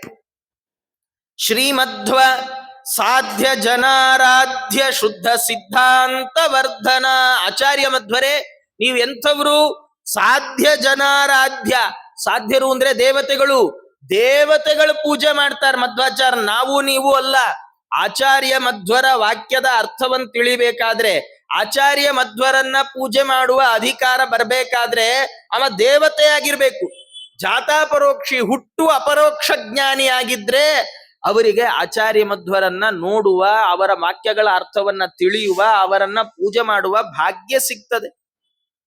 ಹಾಗಾಗಿ ಅಂಥ ಆಚಾರ್ಯರು ಶುದ್ಧ ಸಿದ್ಧಾಂತ ವರ್ಧನ. ಯಾವುದು ಸರಿಯಾದ ತತ್ವ, ಭಗವಂತನನ್ನು ತಲುಪಲಿಕ್ಕೆ ಯಾವುದು ಸರಿಯಾದ ಹಾದಿ. ಏನಂದ್ರೆ, ನಾವೀಗ ಮಲ್ಲೇಶ್ವರದ ಮಠಕ್ಕೆ ಬರಕ್ಕೆ ತುಂಬಾ ದಾರಿ ಇದೆ. ಒಂದ್ ದಾರಿ ಕಿತ್ತೋದ್ರೆ ಇನ್ನೊಂದ್ ದಾರಿ. ಗೂಗಲ್ ಅಲ್ಲಿ ಡೆಸ್ಟಿನೇಷನ್ ಹಾಕ್ಬಿಟ್ರೆ ಸಾಕು, ಅದೇ ರೋಡ್ ಕ್ಲೋಷರ್ ಗಳನ್ನು ತೋರಿಸಿ ಯಾವ ದಾರಿಲಿ ಬರಬೇಕು ಅಂತ ಅದೇ ತೋರಿಸ್ಬಿಡತ್. ಒಂದಲ್ಲ ಇನ್ನೊಂದ್ ದಾರಿ. ಒಂದ್ ದಾರಿಲಿ ಅರ್ಧ ಗಂಟೆ ಆದ್ರೆ ಇನ್ನೊಂದ್ ದಾರಿಲಿ 40 ನಿಮಿಷ, ಅಷ್ಟೇ ವ್ಯತ್ಯಾಸ. ಗುರಿ ತಲುಪಬಹುದು. ಆದ್ರೆ ಭಗವಂತನ್ ತಲುಪಲಿಕ್ಕೆ ಹೀಗಿಲ್ಲ. ವೇದ ಹೇಳುತ್ತೆ, ನಾಣ್ಯ ಪಂಥ ಅಯನಾಯ ವಿದ್ಯತೆ. ಭಗವಂತನನ್ನ ತಲುಪಲಿಕ್ಕೆ ಬೇರೆ ದಾರಿ ಇಲ್ಲ. ಹಾಗಾದ್ರೆ ಭಗವಂತನನ್ನ ತಲುಪಲಿಕ್ಕೆ ಯಾವ ದಾರಿ? ತಮೇವಂ ವಿದ್ವಾನ್ ಅಮೃತ ಇಹ ಭವತಿ. ಭಗವಂತನನ್ನ ತಲುಪಲಿಕ್ಕೆ ಭಗವಂತನನ್ನ ತಿಳಿದುಕೊಳ್ಳುವುದೊಂದೇ ಮಾರ್ಗ. ಭಗವಂತನ ಜ್ಞಾನವನ್ನ ಪಡೆದವನೇ ಭಗವಂತನನ್ನ ತಲುಪಬಲ್ಲವ. ಹಾಗಾದ್ರೆ ಭಗವಂತನನ್ನ ತಿಳ್ಕೊಳ್ಳೋದು ಹೇಗೆ? ಭಾರಿ ಗೊಂದಲ. ಒಬ್ಬೊಬ್ರು ಒಂದೊಂದ್ ಥರ ಹೇಳಿದ್ರು. ವೇದಕ್ಕೆ ಒಬ್ಬೊಬ್ರು ಒಂದೊಂದ್ ಥರ ಅರ್ಥ ಮಾಡಿದ್ರು. ಭಗವಂತಂಗ್ ಬಹಳ ಮನಸ್ಸಿಗೆ ಕಿರಿಕಿರಿ ಆಯ್ತು. ಅವನೇ ಸ್ವಯಂ ವೇದವ್ಯಾಸ ರೂಪದಿಂದ ಇಳಿದು ಬಂದು ವೇದಗಳ ಅರ್ಥವನ್ನು ನಿರ್ಣಯಿಸ್ಲಿಕ್ಕೆ ಬ್ರಹ್ಮಸೂತ್ರಗಳನ್ನ ರಚನೆ ಮಾಡಿಕೊಟ್ಟು ಹೋದ ಭಗವಂತ. ಆ ಬ್ರಹ್ಮಸೂತ್ರಕ್ಕೂ ತಮ್ಮ ಮೂಗಿ ನೇರಕ್ಕೆ ಅರ್ಥ ಬರ್ದ. ಯಾವುದು ಸತ್ಸಿದ್ಧಾಂತ, ಯಾವುದು ಅಲ್ಲ? ಭಗವಂತನನ್ನ ದೇವರು ಅಂದ್ರೆ ಏನು, ಹೆಂಗ್ ತಿಳ್ಕೊಳ್ಬೇಕು ದೇವರು ಅಂದ್ರೆ? ಆಗ ಬಂದವರು ಆಚಾರ್ಯ ಮಧ್ವರು. ಅವರು ಬಂದಂದ್ರು, ನೋಡಪ್ಪ, ಭಗವಂತ ಅಂದ್ರೆ ಎಲ್ಲ ಬಗೆಯ ಗುಣಗಳ ಗಣಿ ಅಂತ ತಿಳಿದುಕೋ ಅಂದ್ರು. ಏನ್ ಸ್ವಾರಸ್ಯ ಹೇಳ್ತೀನಿ. ನಾವು ಭಗವಂತನನ್ನು ತಲುಪಬೇಕು. ಭಗವಂತನನ್ನು ತಲುಪೋದು ಅಂದ್ರೇನು? ಭಗವಂತ ಆಗೋದು ಅಂತ ಅರ್ಥ ಅಲ್ಲ. ಹೀಗೊಂದು ಕೆಲವರೆಲ್ಲ ಹೀಗೆ ಹೇಳೋರಿದ್ದಾರೆ, ಭಗವಂತನೇ ಆಗ್ತಾರೆ. ಭಗವಂತ ಆಗ್ತಾರೆ, ಸರಿ, ಭಾರಿ ಸಂತೋಷ. ದೇವರಾಗೋದು ಯಾರಿಗ್ ಬೇಡ ರೀ? ದೇವರಾಗ್ಬೇಕಲ್ಲ, ನಾವೆಲ್ಲ ದೇವರಾಗ್ಬೇಕು. ಆದ್ರೆ ಆಗ್ಬೇಕಲ್ಲ, ಆ ದೇವ್ರ ಹೆಂಗಿದಾನಪ್ಪ? ಆ ದೇವ್ರ ಹೇಗಿದ್ದಾನೆ ಅಂದ್ರೆ, ಅವನಿಗೇನು ಗುಣಗಳಿಲ್ಲ, ಅವನಿಗೇನು ಆಕಾರವೂ ಇಲ್ಲ. ಅಯ್ಯೋಯ್ಯೋ, ಅವನಿಗೆ ಸುಖ ಇದೆಯಾ ದೇವರಿಗೆ? ಇಲ್ಲ ಇಲ್ಲ, ಸುಖ ಇಲ್ಲ, ಸುಖ ಇಲ್ಲ. ಹೋಗ್ಲಿ, ನೋಡಕ್ ಚೆನ್ನಾಗಿದಾನ, ಒಳ್ಳೆ ರೂಪ, ಒಳ್ಳೆ ಮೈಬಣ್ಣ, ಒಳ್ಳೆ ಆಕರ್ಷಕವಾದ ಕಾಂತಿ. ಅಯ್ಯೋ, ಅದೆಲ್ಲಾನು ಇಲ್ಲ, ಅದೆಲ್ಲಾನು. ಅಯ್ಯೋಯ್ಯೋ, ನಾವ್ ಈಗ್ಲೇ ಚೆನ್ನಾಗಿದೀವಲ್ಲ, ಕನ್ನಡಕ ಬಂದಿರ್ಬೋದ್ರಿ, ಆದ್ರೆ ಅಟ್ಲೀಸ್ಟ್ ಸೀರಿಯಲ್ ನೋಡೋ ಆನಂದನಾರು ಇದೆ ನಮ್ಗೆ. ಏನು ಇಲ್ದೇ ಇರೋ ದೇವ್ರಾಗೋದು ಯಾಕೆ? ಇನ್ ಕೆಲವ್ರಂದ್ರು, ನೋಡಿಪ್ಪ, ಏನ್ ಸಮಸ್ಯೆ ಅಂದ್ರೆ, ಸುಖವನ್ನ ದೇವರಿಗೆ ಸುಖ ಇದೆ ಅಂತ ಹೇಳೋಣ ಅನ್ಕೊಳ್ಳಿ. ದೇವರಿಗೆ ಸುಖ ಇದೆ, ಆದ್ರೆ ಸುಖ ಬಂದ್ಬಿಟ್ರೆ ಜೊತೆಗೆ ದುಃಖನೂ ಬರ್ಬೇಕಲ್ಲ. ಯಾಕೆ? ಜಗತ್ತಲ್ಲಿ ಯಾರ್ಯಾರಿಗೆ ಸುಖ ಇದೆಯೋ ಅವ್ರಿಗೆಲ್ಲ ದುಃಖ ಇದೆಯಲ್ಲ. ಹಾಗಾಗಿ ದೇವ್ರಿಗೆ ಸುಖ ಬಂದ್ರೆ ಅವನಿಗೂ ದುಃಖ ಬಂದ್ಬಿಡುತ್ತೆ ಅಂತ ಡೌಟ್ ಬರುತ್ತಲ್ಲ. ಹಾಗಾಗಿ ದೇವ್ರಿಗೆ ಸುಖನೂ ಬೇಡ, ದುಃಖನೂ ಬೇಡ ಅಂತ ಮಧ್ವಾಚಾರ್ಯ ಹಣೆ ಚಚ್ಕೊಂಡ್ರು. ಎಲ್ಲಾರು ಇದೆಯೇನೋ, ನಿಂದೆಂಥ ಲಾಜಿಕ್ ಇದು? ಅವರಂತಾರೆ ದುಃಖಂ ಪರಿಜಿಹೀರ್ಷಣ್ಯ ಸುಖಂ ನೋರೀಚಿಕೀರ್ಷತಿ ಸಹಂತಾಪತಿತಂ ದುಃಖಮೀಶಸ್ಯ ವ್ಯಸ್ಮರಜ್ಜಡ. ಅವರಂದ್ರು, ಈಗ ನೀವ್ ಹೇಳ್ತೀಯಪ್ಪ ದೇವರಿಗೆ ಸುಖ ಇಲ್ಲ, ಯಾಕೆ? ಸುಖ ಬಂದ್ಬಿಟ್ರೆ ಜೊತೆಗೆ ದುಃಖನೂ ಬಂದ್ಬಿಡುತ್ತಲ್ಲ, ಹಾಗಾಗಿ ದೇವರಿಗೆ ಸುಖ ಬೇಡ. ಅಯ್ಯೋ ದೇವ್ರೆ, ಆಚಾರ್ಯಂದ್ರು ನೋಡು, ಜಗತ್ತಲ್ಲಿರೋದು ಎರಡು, ಒಂದು ಸುಖ ಮತ್ತೊಂದು ದುಃಖ. ದೇವರಿಗೆ ಸುಖ ಇದೆಯಾ? ಇಲ್ಲ. ಹಾಗಾದ್ರೆ ಏನಿದೆ ಅಂತ ಹೇಳ್ದಂಗಾಯ್ತು. ದುಃಖ ಇದೆ ಅಂತ ಹೇಳ್ದಂಗಾಯ್ತಲ್ಲ. ದುಃಖ ಬರುತ್ತೆ ಅನ್ನೋ ಭಯಕ್ಕೆ ಸುಖವನ್ನ ಒಪ್ಪದ ನೀನು ಮುಟ್ಟಾಳ, ಸುಖ ಬೇಡ ಅಂತ ಹೇಳುವ ಮೂಲಕ ದುಃಖವನ್ನ ಒಪ್ಪಿಕೊಂಡ ಹಾಗೆ ಆಯ್ತಲ್ಲೋ ಅಂದ್ರಾಚ. ಹಾಗಾದ್ರೆ ದೇವರು ಅಂದ್ರೆ ಯಾರು? ಭಗವಂತ ಅಂದ್ರೆ ಹೇಗಿದ್ದಾನೆ? ಅವನನ್ನ ನಾವು ತಲುಪಬೇಕಾದ್ರೆ, ಈಗ ಸಣ್ಣ ಮಕ್ಕಳೇ ನೀವು ಯೋಚನೆ ಮಾಡಿ, ಮಗುವಿನ ಕೈಯಲ್ಲಿ ಆಲ್ರೆಡಿ ಮಗು ಕೈಗೊಂದು ವಾಚ್ ಕಟ್ಕೊಂಡಿದೆ. ನಾವು ಮಗುಗೆ ನೀವು ಹೋಮ್ವರ್ಕ್ ಹೋಮ್ವರ್ಕ್ ಮಾಡಿದ್ರೆ ಏನೋ ಕೊಡ್ತೀನಿ ಅಂತ ಚೆನ್ನಾಗಿ ಪುಸಲಾಯಿಸಿ ಹೋಮ್ವರ್ಕ್ ಮಾಡಿಸ್ಬಿಡ್ತೀವಿ. ಕೊನೆಗೆ ಏನ್ ಕೊಟ್ಟಿ ಅಂದ್ರೆ ಸಣ್ಣದೊಂದು ಅದೇ ತರದ್ ವಾಚ್ ಕೊಟ್ರೆ ಮಗು ಒಪ್ಕೊಳುತ್ತಾ? ತೆಗೆದ್ ನೆಲ ಕಪ್ಪಳಿಸೋದು, ಇದು ನನ್ನ ಹತ್ರನೇ ಇತ್ತು, ಸುಮ್ನೆ ನನಗೆ ಮೋಸ ಮಾಡ್ಬಿಟ್ಟಿ ನೀನು. ಹಾಗಾದ್ರೆ ಸಣ್ಣ ಮಕ್ಕಳಿಗಿರುವ ಪ್ರಜ್ಞೆ ಏನು ಅಂದ್ರೆ, ಯಾವುದನ್ನ ಬಯಸ್ಬೇಕು ಅಂದ್ರೆ ಯಾವುದು ನನ್ನ ಹತ್ರ ಇಲ್ಲ ಅದನ್ನ ನಾನ್ ಬಯಸ್ಬೇಕು. ಆಲ್ರೆಡಿ ಆಟ ಆಡ್ತಾ ಇರೋ ಮಗುಗೆ ನಿನಗೆ ಆಟ ಆಡಕ್ ಬಿಡ್ತೀನಿ ಹೋಮ್ವರ್ಕ್ ಮಾಡು ಅಂದ್ರೆ ಯಾಕೆ ಮಾಡತ್ತದು? ಆಟನೇ ಆಡ್ತಾ ಇದೆ ಆ ಮಗು. ಹಾಗೆ ಭಗವಂತನನ್ನ ನಾವು ಬಯಸ್ಬೇಕು, ಮೋಕ್ಷವನ್ನ ನಾವು ಅಪೇಕ್ಷೆ ಪಡಬೇಕು ಅಂದ್ರೆ ಮೋಕ್ಷ ನಮಗೆ ಆಕರ್ಷಕವಾಗಿರ್ಬೇಕು. ಅಂದ್ರೆ ಮೋಕ್ಷ ಅದು ಸುಖಕ್ಕೆ ಸಾಧನವಾಗಿರ್ಬೇಕು. ಹಾಗಾಗಿ ಭಗವಂತ ಅಂದ್ರೆ ಯಾರು ಗೊತ್ತೋ, ಅವನಲ್ಲಿ ಸಕಲ ಕಲ್ಯಾಣ ಗುಣಗಳಿದ್ದಾವೆ. ಅನಂತ ಸುಖಪೂರ್ಣ, ಅನಂತ ಜ್ಞಾನಪೂರ್ಣ. ಭಗವಂತನಲ್ಲಿ ಇರುವ ಸದ್ಗುಣಗಳಿಗೊಂದು ಲೆಕ್ಕವೇ ಇಲ್ಲ, ಅಷ್ಟು ದೊಡ್ಡ ಸದ್ಗುಣಗಳುಳ್ಳವ ಭಗವಂತ ಅಂದ್ರೆ, ಹಾಗಾದ್ರೆ ನಾವು ದೇವ್ರ ಥರ ಆಗ್ಬೇಕು ಅಂತ ಅನ್ಸತ್. ಮೋಕ್ಷ ಅಂದ್ರೇನು? ಮೋಕ್ಷ ಅಂದ್ರೆ ಪರಮಾನಂದ ಸ್ವರೂಪಾನಂದದ ಆವಿರ್ಭಾವ. ಎಂದೆಂದೂ ದುಃಖದ ಸಂಪರ್ಕವೇ ಇಲ್ಲದ ಶುದ್ಧವಾದ ಆನಂದವನ್ನು ಅನುಭವಿಸೋದು ಮೋಕ್ಷ. ಹಾಗಾದ್ರೆ ಇಂಥ ಮೋಕ್ಷ ನಮಗ್ ಬೇಕು, ಯಾಕೆಂದ್ರೆ ನಮ್ಮ ಹತ್ರದಿಲ್ಲ. ಹಾಗಾಗಿ ಇದನ್ ತಿಳಿಸಿಕೊಟ್ಟವರು ಆಚಾರ್ಯ ಮಧ್ವರು. ಇದನ್ನೆಲ್ಲ ತಿಳಿಸಿಕೊಟ್ಟವರು ನಮ್ಮ ಆಚಾರ್ಯ ಮಧ್ವರು. ಅವರ ಸತ್ಸಿದ್ಧಾಂತ ಅವರನ್ನು ಪ್ರಾರ್ಥನೆ ಮಾಡ್ತಾ, ಹೃದ್ಯೋ ನವದ್ಯೋ ಬುದ್ಧಿಮ್ಮೆ ದದ್ಯಾತ್ ಶುದ್ಧ ಪ್ರಸಿದ್ಧಿಮಾನ್. ವಾದಿರಾಜ ಸ್ವಾಮಿಗಳಂತಾರೆ, ನಮ್ಗೇನ್ ಮಾಡ್ಬೇಕು ಆಚಾರ್ಯರಲ್ಲಿ ನಾವೇನ್ ಪ್ರಾರ್ಥನೆ ಮಾಡ್ಬೇಕು ಅಂದ್ರೆ, ಬುದ್ಧಿಮ್ಮೆ ದದ್ಯಾತ್, ನಮಗೊಂಚೂರು ಬುದ್ಧಿ ಕೊಡು ಸ್ವಾಮಿ ಅಂತ ಪ್ರಾರ್ಥನೆ ಮಾಡ್ಬೇಕು. ಅದನ್ನ ಪಂಡಿತಾಚಾರ್ಯ ವಾಯುಸ್ತುತಿಯಲ್ಲಿ ಹೇಳ್ತಾರೆ, ಪ್ರಾಚೀನ ಚೀರ್ಣ ಪುಣ್ಯೋಚ್ಚಯ ಚತುರತರಾಚಾರ ತಶ್ಚಾರು ಚಿತ್ತಾನ್ ಅತ್ಯುಚ್ಚಾಂ ರೋಚಯಂತೀಂ ಶ್ರುತಿ ಚಿತ ವಚನಾನ್ ಶ್ರಾವಕಾಂಶ್ಚೋದ್ಯ ಚಂಚೂನ್ ವ್ಯಾಖ್ಯಾಮುತ್ಖಾತ ದುಃಖಾಂ. ಎಂಥದ್ದು ವ್ಯಾಖ್ಯಾನ? ಆಚಾರ್ಯರ ವ್ಯಾಖ್ಯಾನ ಎಂಥದ್ದು? ವ್ಯಾಖ್ಯಾಂ ಉತ್ಖಾತ ದುಃಖಾಂ, ಎಲ್ಲ ದುಃಖಗಳನ್ನ ನಾಶ ಮಾಡುವಂಥದ್ದು. ದುಃಖ ಅಂದ್ರ ಈ ಸಂಸಾರ, ಇದಕ್ಕಿಂತ ದೊಡ್ಡ ದುಃಖ ಇನ್ನೊಂದಿಲ್ಲ. ಇಂಥ ದುಃಖಮಯವಾದ ಸಂಸಾರವನ್ನೇ ನಾಶ ಮಾಡುವಂಥದ್ದು ಆಚಾರ್ಯರ ಗ್ರಂಥ. ಅಂತ ಚಿರಮುಚಿತ ಮಹಾಚಾರ್ಯ ಚಿಂತಾರತಾಂಸ್ತೆ ಚಿತ್ರಾಂ ಸಚ್ಚಾಸ್ತ್ರ ಕರ್ತಃ ಚರಣ ಪರಿಚರಾನ್ ಶ್ರಾವಯಾಸ್ಮಾಶ್ಚ ಕಿಂಚಿತ್. ಪ್ರಾರ್ಥನೆ ಮಾಡ್ತಾರೆ ಪಂಡಿತಾಚಾರ್ಯರು. ಪ್ರಾಯ ಈ ಶ್ಲೋಕಗಳನ್ನೆಲ್ಲ ರಚನೆ ಮಾಡುವಾಗ ಅವ್ರ ಕಣ್ಣಲ್ಲಿ ನೀರೇ ಬಂದಿತ್ತೋ ಏನು. ಅವ್ರಂತಾರೆ, ಸ್ವಾಮಿ ನಿಮ್ಮ ಗ್ರಂಥಗಳಿದೆಯಲ್ಲ, ಇದು ಜಗತ್ತು ಅನ್ನುವ ದೊಡ್ಡ ದುಃಖವನ್ನೇ ನಾಶ ಮಾಡಿಬಿಡುತ್ತೆ. ಅಂಥ ಈ ಒಳ್ಳೆಯ ಗ್ರಂಥಗಳು, ನಿಮ್ಮ ವ್ಯಾಖ್ಯಾನವನ್ನ ನಿಮ್ಮ ಪಾದದಲ್ಲಿ ನಾವು ಯಾವಾಗ್ಲೂ ಬಿದ್ದು ಹೊರಳಾಡ್ತಾ ಇದ್ದೀವಿ. ನಿಮ್ಮ ಪಾದ ಧೂಳಿ ಒಂದು ಕ್ಷಣವಾದ್ರೂ ನಮಗೆ ತಾಗ್ಲಿ ಅಂತ ಯಾರು ನಿಮ್ಮ ಪಾದವನ್ನ ಸೇವೆ ಮಾಡ್ತಾ ಇದ್ದೇವಲ್ಲ, ಅಂತ ನಮಗೆ ಕಿಂಚಿತ್ ಶ್ರಾವಯ, ಒಂಚೂರು ಒಂದ್ ಲೈನ್ ಹೇಳ್ಕೊಟ್ಬಿಡಿ ಸಾಕು, ನಮ್ಗೇನ್ ಜಾಸ್ತಿ ಬೇಡ. ಒಂದು ವಾಕ್ಯ, ಅರ್ಧ ವಾಕ್ಯ, ಒಂದು ಪದ, ಒಂದಕ್ಷರ.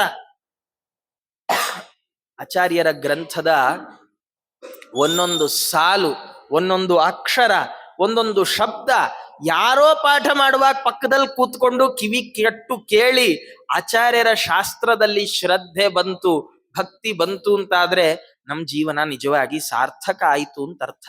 ಪಂಡಿತಾಚಾರ್ಯ ಅದನ್ನ ಕೇಳ್ಕೊಳ್ತಾರೆ, ದಯಮಾಡಿ ಒಂದ್ ಅಕ್ಷರ ನಮ್ಗೆ ಹೇಳ್ಕೊಟ್ಬಿಡಿ ಸ್ವಾಮಿ. ಹಿಂದಿನ ಕಾಲದಲ್ಲೆಲ್ಲ ನೀವೆಲ್ಲಾನು ನಾನೇ ನೋಡಿದೀನಿ ಅಂದ್ರೆ ನೀವು ನೋಡಿರ್ತೀರಿ. ಏನಂದ್ರೆ ಮನೇಲಿ ಯಾರು ಹಿರಿಯರಿದ್ರೆ ಅವರು ಆಚಾರ್ಯ ಸರ್ವಮೂಲನ್ ಬರೆಯೋರು. ಅದೇನು ಪ್ರಿಂಟೆಡ್ ಪುಸ್ತಕ ಇಲ್ಲ ಅಂತ ಏನಿಲ್ಲ, ಪ್ರಿಂಟೆಡ್ ಪುಸ್ತಕಗಳಿತ್ತು. ಆದ್ರೂ ಬರೆಯೋರು. ಯಾಕೆ ಬರೆಯೋರು ಗೊತ್ತೋ? ಸುಮಧ್ವ ವಿಜಯದಲ್ಲಿ ಹೇಳ್ತಾರೆ, ಗಾಂಗ ಮಂಗಲ ತರಂಗ ಭಂಗದ ಪ್ರಾಂತ ಸೃಷ್ಟಿ ಹರಿವೇಶ್ಮ ಕೃತ್ ಸಮಃ ಯದ್ಗತೈಕ ತಮ ವರ್ಣ ಲೇಖಕ. ಅವರು ಪಂಡಿತಾಚಾರ ಅಂತಾರೆ, ಆಚಾರ್ಯರ ಗ್ರಂಥದ ಒಂದಕ್ಷರ ಬರೆದ್ರಿ ಎಷ್ಟು ಪುಣ್ಯ ಇದೆ ಅಂದ್ರೆ, ಗಂಗೆಯ ಅಲೆಗಳು ಅಪ್ಪಳಿಸ್ತಾ ಇರುವಂತಹ ಜಾಗದಲ್ಲಿ ಒಳ್ಳೆಯ ವಿಷ್ಣು ಮಂದಿರವನ್ನ ಕಟ್ಟಿ ಆ ಮಂದಿರದಲ್ಲಿ ಪ್ರತಿನಿತ್ಯ ಪೂಜೆಯ ವ್ಯವಸ್ಥೆಯನ್ನ ಮಾಡಿದ್ರೆ ಎಷ್ಟು ಪುಣ್ಯ ಬರ್ಬೇಕಲ್ಲ. ಆಚಾರ್ಯರ ಗ್ರಂಥದ ಒಂದಕ್ಷರ ಬರೆದು ಬಿಟ್ರೆ ಅಷ್ಟು ಪುಣ್ಯ ಬಂತು. ಏನು ಬೇಡ ರೀ, ಆಚಾರ್ಯ ಗ್ರಂಥದ ಒಂದಕ್ಷರ ಬರೆದು ಬಿಟ್ರೆ ಭಕ್ತಿಯಿಂದ, ಸುಮ್ಮನೆ ಬರೆಯೋದು ಅಂದ್ರೆ ಕಾಪಿ ರೈಟಿಂಗ್ ಬರ್ದಂಗ್ ಬರೆಯೋದಲ್ಲ, ಭಕ್ತಿಯಿಂದ ಆಚಾರ್ಯರೇ ನೀವು ನಮ್ಮ ನಿಜವಾದ ಗುರುಗಳು, ನಮ್ಮನ್ನು ಉದ್ಧಾರ ಮಾಡ್ಲಿಕ್ಕೆ ಬಂದವರು ಅಂತ ಪ್ರಾರ್ಥನೆ ಮಾಡಿ ಒಂದು ಅಕ್ಷರ ಆಚಾರ್ಯರ ಗ್ರಂಥದ ಲೇಖನವನ್ನ ಮಾಡಿಬಿಟ್ರೆ ಎಂಥ ಪುಣ್ಯ, ಎಂತಹ ಪುಣ್ಯ. ಈ ಜನ್ಮದಲ್ಲಿ ಆ ಪುಣ್ಯವನ್ನು ಅನುಭವಿಸ್ಲಿಕ್ಕೆ ಸಾಧ್ಯ ಇಲ್ಲ, ಮತ್ತೆ ಜನ್ಮವೇ ಬರದೇ ಇರುವಂತೆ ಭಗವಂತ ಮಾಡಿಬಿಟ್ಟ. ಅಂಥ ಆಚಾರ್ಯರನ್ನ ನಮಗೆ ಬುದ್ಧಿಯನ್ನ, ಸದ್ಬುದ್ಧಿಯನ್ನ ಕೊಡ್ರಿ ಅಂತ ಪ್ರಾರ್ಥನೆ ಮಾಡಿದ್ದಾರೆ. ಪ್ರಾರ್ಥನೆ ಮಾಡಿ ಮುಂದೆ ರಾಜರು ಸರಸ್ವತಿ ದೇವಿಯರನ್ನ ನಮಾಮಿ ವಾಣೀಂ ಬ್ರಹ್ಮಾಣೀಂ ಕಲ್ಯಾಣೀಂ ಶುದ್ಧ ಧರ್ಮಿಣೀಂ ಅಘೌಘಹಾರಿಣೀಂ ನಿತ್ಯ ತರುಣೀಂ ಮುಕ್ತಿಕಾರಿಣೀಂ. ಅವರು ಸರಸ್ವತಿ ದೇವಿಯರನ್ನ ಸ್ತೋತ್ರ ಮಾಡ್ತಾ, ಶುದ್ಧ ಧರ್ಮವುಳ್ಳಂತಹ ಬ್ರಹ್ಮಪತ್ನಿ, ಆಕೆ ಪಾಪಗಳನ್ನೆಲ್ಲ ನಾಶ ಮಾಡಿ ಬಿಡ್ತಾಳೆ ಅಂತಹ ವಾಣಿ, ಮತ್ತು ಮುಖ್ಯವಾಗಿ ಮುಕ್ತಿಗೆ ಕಾರಣಳಾದವಳು ಆಕೆ ಅಂತ. ಏನರ್ಥ ಅಂದ್ರೆ, ವಾಣಿ ಸರಸ್ವತಿ ಆಕೆ ಲಕ್ಷ್ಮಿಯ ಅನಂತರದಲ್ಲಿ, ಲಕ್ಷ್ಮೀ ದೇವಿಯರ ಅನಂತರದಲ್ಲಿ ಬುದ್ಧಿ ಮತ್ತು ಮಾತಿಗೆ ನಿಯಾಮಕರಾದವರು. ನಮ್ಮ ಮಾತು ಸರಿಯಾಗಿ ಬರಬೇಕು ಅಂದ್ರೆ ಲಕ್ಷ್ಮೀ ದೇವಿಯರು, ಸರಸ್ವತಿ ದೇವಿಯರು, ಭಾರತೀ ದೇವಿಯರು ಎಲ್ಲರ ಅನುಗ್ರಹ ಬೇಕು. ಎಷ್ಟೋ ಸರ್ತಿ ನಮ್ಗಿದೇ ಸಮಸ್ಯೆ, ಏನೋ ಹೇಳ್ಬೇಕು ಅನ್ಕೊಂಡೆ ಆಚಾರ್ಯ, ಇನ್ನೇನೋ ಹೇಳ್ಬಿಟ್ಟೆ, ಅವ್ರಿಗದ್ ಇನ್ನೇನೋ ಅರ್ಥ ಆಗುದು, ಸರಿ ಹೋಯ್ತಲ್ಲ. ನಾವ್ ಅನ್ಕೊಂಡಿದ್ವೊಂದು, ಬಾಯಲ್ಲಿ ಬಂದಿದ್ವೊಂದು, ಅವ್ರ ತಲೆಗೆ ಹೋಗಿದ್ ಇನ್ನೊಂದು, ಏನಾಗತ್ ಕೊನೆಗೆ ಡಿಶುಮ್ ಫೈಟಿಂಗ್. ಏನ್ ಮೂರನೇ ಮಹಾಯುದ್ಧ. ಎಷ್ಟೋ ಸರ್ತಿ ಮನೆಯಲ್ಲಿ ಬೆಳಿಗ್ಗೆ ಎದ್ದ ತಕ್ಷಣ ಶುರು ಆಗ್ಬಿಡುತ್ತೆ. ಅದಕ್ಕೆ ಹಿಂದಿನ ಕಾಲದವರು ಪೂಜೆ ಆಗೋ ತನಕ ಮಾತಾಡ್ತಾ ಇರ್ಲಿಲ್ಲ, ತುಂಬಾ ಒಳ್ಳೇದು. ದೇವ್ರ ಪೂಜೆಗೆ ಆಗೋ ತನಕ, ಅಟ್ಲೀಸ್ಟ್ ದೇವ್ರ ಪೂಜೆಗೆ ಸಂಧ್ಯಾವನೆಗೆ ಕೂತಾಗ್ಲಾದ್ರೂ ಮಾತಾಡ್ಬಾರ್ದು. ಮಾತು ಎಲ್ಲ ಅವ್ಯವಸ್ಥೆಗಳಿಗೆ ಕಾರಣ. ಯಾಕೆ ಹೀಗಾಗತ್ತೆ? ಯಾಕಾಗತ್ತೆ ಅಂದ್ರೆ, ನಮ್ಗೆ ಲಕ್ಷ್ಮೀ ದೇವಿಯ, ಸರಸ್ವತಿ ದೇವಿಯರ, ಭಾರತೀ ದೇವಿಯರ ಅನುಗ್ರಹ ಕಡಿಮೆ ಆಗಿದೆ ಅಂತ ಅರ್ಥ. ಅದಕ್ಕೆ ಅವರು ಪ್ರಾರ್ಥನೆ ಮಾಡ್ತಾ, ಮುಕ್ತಿಕಾರಿಣಿ, ಮೋಕ್ಷವನ್ನ ಕೊಡ್ತೀಯಮ್ಮ ನೀನು. ಹೇಗ್ ಕೊಡ್ತಾಳೆ ಸರಸ್ವತಿ ದೇವಿ ಮೋಕ್ಷವನ್ನ ಅಂದ್ರೆ, ನಮ್ಮ ನಾಲಿಗೆಯಲ್ಲಿ ನಿಂತ್ಕೊಂಡು ಭಗವಂತನ ಸ್ತೋತ್ರವನ್ನ ನುಡಿಸ್ತಾ ಭಗವದ್ ಅನುಗ್ರಹವನ್ನ ಮಾಡಿಕೊಟ್ಟು ಮೋಕ್ಷವನ್ನ ಕೊಡ್ತಾರೆ. ನೋಡಿ, ಇವರೆಲ್ಲ ತತ್ವಾಭಿಮಾನಿ ದೇವತೆಗಳಿದ್ದಾರಲ್ಲ, ಇವರ ಅನುಗ್ರಹ ನಮ್ಮ ಜೀವನದಲ್ಲಿ ಎಷ್ಟು ಬೇಕು ಅನ್ಲಿಕ್ಕೆ ಇವೆಲ್ಲ ಸಾಕ್ಷಿ. ಒಂದೊಮ್ಮೆ ನಮ್ಗೆ ಕಣ್ಣಲ್ಲಿರುವಂತಹ ಸೂರ್ಯ ಚಂದ್ರರು, ನಾವು ಕೆಲಸ ಮಾಡಲ್ಲಪ್ಪ, ಸಾಕಾಯ್ತು, ನಮ್ಗೆ ಸುಸ್ತಾಯ್ತು ಅಂತ ಏನಾರು ನಿಲ್ಲಿಸ್ಬಿಟ್ರೆ ಕೆಲ್ಸನ, ಮುಗಿದ್ ಕನ್ನಡಕ ಹಾಕೊಂಡ್ರು ಕಣ್ ಕಾಣಲ್ಲ, ಆಪರೇಷನ್ ಮಾಡಿದ್ರು ಕಣ್ ಕಾಣಲ್ಲ, ಕಣ್ಣು ಹೋಯ್ತು ಅಂತಾರೆ ಡಾಕ್ಟರ್. ಕೆಲವು ಸತಿ ಅದ್ರ ಜೊತೆಗೆ ಲಕ್ಷ್ಮಿನೂ ಮುನಿಸ್ಕೊಂಡ್ ಬಿಡ್ತಾಳೆ, ಭಗವಂತನೂ ಮುನಿಸ್ಕೊಂಡ್ ಬಿಡ್ತಾನೆ. ಕಣ್ಣಿನ ಜೊತೆಗೆ ನಮ್ ದುಡ್ಡು ಆಸ್ಪತ್ರೆ ಬಿಲ್ಲಿಗೆ ಹರೆಯೇ ನಮಃ ಕೃಷ್ಣಾರ್ಪಣ ಮಸ್ತು ಅಂತ ಆಗ್ತದೆ. ಭಾರಿ ಕಷ್ಟ. ನಮ್ಮ ದೇಹದಲ್ಲಿರುವ ಎಲ್ಲ ತತ್ವಾಭಿಮಾನಿ ದೇವತೆಗಳು, ಅವರ ಒಳಗಿರುವಂತಹ ಮುಖ್ಯ ಪ್ರಾಣ ದೇವರು, ಅವರ ಒಳಗಿರುವಂತಹ ಭಗವಂತ ನಮ್ಮ ಮೇಲೆ ಅನುಗ್ರಹ ದೃಷ್ಟಿಯನ್ನಿಟ್ಟು ಸಾಧನೆ ಮಾಡಿಸಿದ್ರೆ ನಾವು ಸಾಧನೆ ಮಾಡಿದಿವಿ ಅಷ್ಟೇ, ಇಲ್ಲದಿದ್ರಿಲ್ಲ. ಅದಕ್ಕೋಸ್ಕರವೇ ಈ ಸರ್ವೇಂದ್ರಿಯಾಭಿಮಾನಿಸ್ಥ ಮುಖ್ಯ ಪ್ರಾಣಸ್ಥ ವಿಷ್ಣುನಾ ಪ್ರೇರಿತ ಶ್ರೀಶ ತುಷ್ಟ್ಯರ್ಥಂ ಕರಿಷ್ಯೇ ಕರ್ಮಚಾಖಿಲಂ. ದಿನನಿತ್ಯ ಬೆಳಗ್ಗೆ ಎದ್ದು ಕೂಡ್ಲೆ ಈ ಶ್ಲೋಕ ಹೇಳ್ಬೇಕು. ನಿಜವಾಗಿ ರಾಘವೇಂದ್ರ ಸ್ವಾಮಿಗಳವರ ಪ್ರಾತಃ ಸಂಕಲ್ಪ ಗದ್ಯವನ್ನು ಹೇಳೋದು ಬಹಳ ಉತ್ತಮ. ಎಲ್ಲ ಬಗೆಯ ಅನುಸಂಧಾನವನ್ನು ಕಟ್ಟಿಕೊಟ್ಟಿದ್ದಾರೆ. ಅದಾಗೋಲ್ವೋ, ಈ ಒಂದು ಶ್ಲೋಕವನ್ನಾದ್ರೂ ಹೇಳ್ಬೇಕೇನು? ಸರ್ವೇಂದ್ರಿಯಾಭಿಮಾನಿಸ್ಥ ಮುಖ್ಯ ಪ್ರಾಣಸ್ಥ ವಿಷ್ಣುನಾ ಪ್ರೇರಿತ ಶ್ರೀಶ ತುಷ್ಟ್ಯರ್ಥಂ ಕರಿಷ್ಯೇ ಕರ್ಮ ಚಾಖಿಲಂ. ಸ್ವಾಮಿ, ನನ್ನ ಎಲ್ಲ ಇಂದ್ರಿಯಗಳ ಒಳಗೆ ಅದರ ಅಭಿಮಾನಿ ದೇವತೆಗಳನ್ನ ನೀ ಕೂಡಿಸಿದಿ, ಅವರ ಒಳಗೆ ವಾಯುದೇವರನ್ನ ಕೂಡಿಸಿದ್ದೀಯ, ಅವರ ಒಳಗೆ ನೀನೇ ಸ್ವಯಂ ಕೂತಿದ್ದೀಯ. ಅಂಥ ನಿನ್ನಿಂದ ಪ್ರೇರಿತನಾಗಿ ನಿನ್ನ ಅನುಗ್ರಹಕ್ಕೋಸ್ಕರ, ನಿನ್ನ ಸಂತೋಷಕ್ಕೋಸ್ಕರ ನಾನು ಇಡೀ ದಿವಸದ ಎಲ್ಲ ಕರ್ಮಗಳನ್ನ ಮಾಡ್ತೇನೆ. ನಾನ್ ಮಾಡ್ತೇನೆ ಅಲ್ಲ, ನೀನ್ ಮಾಡಿಸ್ತಿ. ಅವ್ರಿಗೋಸ್ಕರ ಮಾಡ್ತೀನಿ, ಇವ್ರಿಗೋಸ್ಕರ ಮಾಡ್ತೀನಿ ಅಲ್ಲ, ನಿನಗೋಸ್ಕರ ಮಾಡ್ತೀನಿ. ಎಷ್ಟು ಅದ್ಭುತವಾದ ಅನುಸಂಧಾನ ಅಂದ್ರೆ, ದಿನಾ ಮನೆ ಎದ್ರೆ ಬೆಳಗಾದ್ರೆ ಮನೆ ಎದುರಿಗೆ ರಂಗವಲ್ಲಿ ನೆಲವನ್ನ ಸಾರಿಸಿ ರಂಗವಲ್ಲಿಯನ್ನ ಕೆಮ್ಮಣ್ಣು ಹಾಕ್ಬೇಕು. ಹಾಕುವಾಗ ಚಿಂತನೆ ಮಾಡ್ಬೇಕಂತ. ಏನ್ ಚಿಂತನೆ ಮಾಡ್ಬೇಕು? ಸ್ವಾಮಿ, ಇದು ನಾನೇನ್ ರಂಗವಲ್ಲಿ ಹಾಕ್ತಾ ಇದ್ದೀನಲ್ಲ, ನೀನ್ ಮನೆ ಒಳಗ್ ಬರ್ಬೇಕು, ಇದು ನಿನಗಾಗಿ ಮಾಡ್ತಾ ಇರುವ ಅಲಂಕಾರ. ಅಯ್ಯೋ ಏನೋ ಧೂಳಾಗ್ಬಿಟ್ಟಿದೆ, ಅದಕ್ಕೆ ಕ್ಲೀನ್ ಮಾಡ್ತಾ ಇದ್ದೀನಿ, ಅಯ್ಯೋ ರಂಗೋಲಿ ಹಾಕ್ತಿದ್ರೆ ಅವ್ರು ಏನ್ ಅನ್ಕೊಳ್ತಾರೋ ಅದಕ್ಕೆ ಹಾಕ್ತಾ, ಅವೆಲ್ಲ ಇಲ್ಲ. ಒಲೆ ಹಚ್ಚಿದಿರಿ, ಒಲೆ ಮುಂದೆ ಕೂತ್ಕೊಂಡು ಅದ್ರ ಮೇಲೆ ಪಾತ್ರೆ ಇಟ್ರಿ, ಪಾತ್ರೆ ಇಟ್ಟು ಏನೋ ಒಂದ್ ಮಾಡ್ಬೇಕು, ತಿಂಡಿಯೋ ಊಟವೋ ಏನೋ ಮಾಡ್ತಿರಲ್ಲ. ಎಷ್ಟು ಚೆನ್ನಾಗಿದೆ ಅಂದ್ರೆ, ನಾವು ಮಾಡುವಾಗ ಮಕ್ಕಳು ಹೊತ್ತಾಗೋಯ್ತು, ಅಯ್ಯೋ ಮಕ್ಕಳು ತಿಂದು ಹೋಗ್ಬೇಕು ಅಂತ ಮಾಡ್ತೇವೆ. ಕೊನೆ ಮಕ್ಕಳು ತಿನ್ನೋದೇ ಇಲ್ಲ, ಟೈಮ್ ಆಗೋಯ್ತು ಅಂತ ಹಂಗೆ ಬ್ಯಾಗ್ ಹಾಕೊಂಡು ಓಡೋಗ್ಬಿಡ್ತಾವ. ಎಷ್ಟು ಬೇಜಾರಾಗುತ್ತಲ್ಲ. ಎಷ್ಟು ಕಷ್ಟಪಟ್ಟು ಬೆಳಗ್ಗೆ ಎದ್ದು ಎಷ್ಟು ಕಷ್ಟ ಬಿದ್ದು ನಾನ್ ಮಾಡಿದ್ರೆ ತಿಂದೇ ಹೋಗಿದಾರೆ ಈ ಮಕ್ಕಳು ಅಂತ ಅನ್ಸತ್.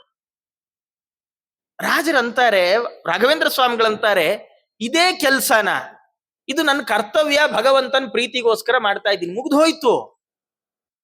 ಭಗವತ್ ಪ್ರೀತಿಗೋಸ್ಕರವಾಗಿ ಈ ಕರ್ಮವನ್ನು ನಾನು ಮಾಡಿದ್ದೇನೆ ಅಂತ ಚಿಂತನೆ ಮಾಡ್ಬಿಟ್ರೆ ಮಕ್ಕಳು ತಿನ್ಲಿ ಬಿಡ್ಲಿ, ನಮಗೊಂದು ಸ್ಯಾಟಿಸ್ಫ್ಯಾಕ್ಷನ್, ನಮಗೊಂದು ತೃಪ್ತಿ, ನಮಗೊಂದು ಪುಣ್ಯ. ಹೀಗೆ ಮಾಡುವ ಪ್ರತಿಯೊಂದು ಕರ್ಮದ ಹಿನ್ನೆಲೆಯಲ್ಲಿ ಭಗವಂತನ ಚಿಂತನೆಯನ್ನ ಕೊಡುವವರು ತತ್ವಾಭಿಮಾನಿ ದೇವತೆಗಳು ಸರಸ್ವತಿ ಭಾರತೀ ದೇವಿಯರಾದ್ರಿಂದ ಅವರನ್ನ ಸ್ತೋತ್ರ ಮಾಡ್ತಾ ಇದ್ದಾರೆ. ಸ್ತೋತ್ರ ಮಾಡಿ ಸರಸ್ವತಿ ಭಾರತೀಯರನ್ನ ಸ್ತೋತ್ರ ಮಾಡಿದ್ರು. ಆಮೇಲೆ ಗರುಡ ದೇವರನ್ನ ಸ್ತೋತ್ರ ಮಾಡ್ತಾ ಇದ್ದಾರೆ. ಶೇಷದೇವರನ್ನ ಸ್ತೋತ್ರ ಮಾಡಿದ್ರು. ರುದ್ರದೇವರನ್ನ ಸ್ತೋತ್ರ ಮಾಡ್ತಾ ಇದ್ದಾರೆ. ಗಿರೀಂದ್ರವಾಸ ಗೌರೀಶ ಪುರನಾಶ ಸತಾಂಬಶ ಫಣೀಂದ್ರಭೂಷ ನಿರ್ದೋಷ ಮಮತೋಷ ಕರೋ ಭವ. ಭಗವಂತ ರುದ್ರದೇವರು ಎಂಥವರು ಅವರನ್ನು ಹೇಳುವಾಗ ಗಿರೀಂದ್ರವಾಸ ಗೌರೀಶ ಪುರನಾಶ ಸತಾಂವಶ. ರುದ್ರದೇವರು ನಿಜವಾಗಿ ನೋಡ್ಲಿಕ್ಕೆ ಅವರನ್ನು ರುದ್ರದೇವರನ್ನ ವರ್ಣನೆ ಮಾಡುವಾಗ ಅವರು ಸ್ಮಶಾನವಾಸಿಗಳು, ಅವರು ಗಜ ಚರ್ಮವನ್ನ ಧಾರಣೆ ಮಾಡಿದ್ದಾರೆ, ಭಸ್ಮಧಾರಣೆಯನ್ನ ಮಾಡಿದ್ದಾರೆ, ಅವರು ಕಪಾಲದ ಮಾಲೆಯನ್ನು ಹಾಕೊಂಡಿದ್ದಾರೆ. ಹಾಗಂದ ಮಾತ್ರಕ್ಕೆ ರುದ್ರದೇವರನ್ನ ಅಮಂಗಲ ಮೈಲಿಗೆ ಅನ್ಕೊಳ್ಬೇಡಿ ಅಂತಾರೆ ಶಾಸ್ತ್ರದಲ್ಲಿ. ರುದ್ರದೇವರು ಮೈಲಿಗೆ ಅಲ್ಲ, ಅವರಿಗೇನ್ ಹೆಸರು? ಶಿವ ಅಂತ ಹೆಸರು. ಶಿವ ಅಂದ್ರೇನು? ಶಿವ ಅಂದ್ರೆ ಪರಮ ಮಂಗಳಕರ. ದಾಸರಂತಾರೆ, ರುದ್ರದೇವರಷ್ಟು ಮಂಗಳಕರರಾದವರು ಮತ್ಯಾರೂ ಇಲ್ಲ. ಹಾಗಾಗಿ ಭಗವಂತನಿಗೆ ಅತ್ಯಂತ ಪ್ರಿಯರಾದವರು ಯಾರು ಅಂದ್ರೆ ರುದ್ರದೇವರನ್ನು. ಯಾಕೆಂದ್ರೆ ದೇವರು ಹೊರಗಿನ ವೇಷವನ್ನ ನೋಡಿ ಮಣೆ ಹಾಕುವವನಲ್ಲ, ಅವರ ಒಳಗಿನ ಸತ್ವ ಏನಿದೆ, ಯೋಗ್ಯತಾ ಏನಿದೆ, ಅವರ ಎಷ್ಟು ಉನ್ನತವಾದ ಯೋಗ್ಯತೆ, ಅದನ್ನ ಕಂಡು ಭಗವಂತ ಅವರನ್ನ ಹತ್ತಿರ ಇಟ್ಟುಕೊಳ್ಳುವವ. ಹಾಗಾಗಿ ರುದ್ರದೇವರು ಸತಾಂ ವಶ, ಸಜ್ಜನರಿಗೆ ವಶರು, ಇನ್ಯಾರಿಗೂ ವಶರಲ್ಲ. ಅಂಥ ರುದ್ರದೇವರೇ ನೀವು ನಮಗೆ ಅನುಗ್ರಹ ಮಾಡಿ ಅಂತ ರುದ್ರದೇವರನ್ನ ತಾವು ಪ್ರಾರ್ಥನೆ ಮಾಡ್ತಾ ಇದ್ದಾರೆ. ಮಾಡಿ ರುದ್ರದೇವರನ್ನ ಪ್ರಾರ್ಥನೆ ಮಾಡಿ ಅವರಂತಾರೆ, ನೀವು ಮುಂದೆ ಗಣಪತಿಯನ್ನ ಪ್ರಾರ್ಥನೆ ಮಾಡಿದ್ರು, ಮಾಡಿ ಗಂಗಾದೇವಿಯನ್ನು ಪ್ರಾರ್ಥನೆ ಮಾಡ್ತಾ ಇದ್ದಾರೆ. ಇದು ಭಾರಿ ವಿಶೇಷ. ಏನಂದ್ರೆ ನಮ್ಗೆ ಪ್ರತಿನಿತ್ಯದಲ್ಲಿ ಗಂಗೆಯ ಸ್ಮರಣೆ ಬೇಕು.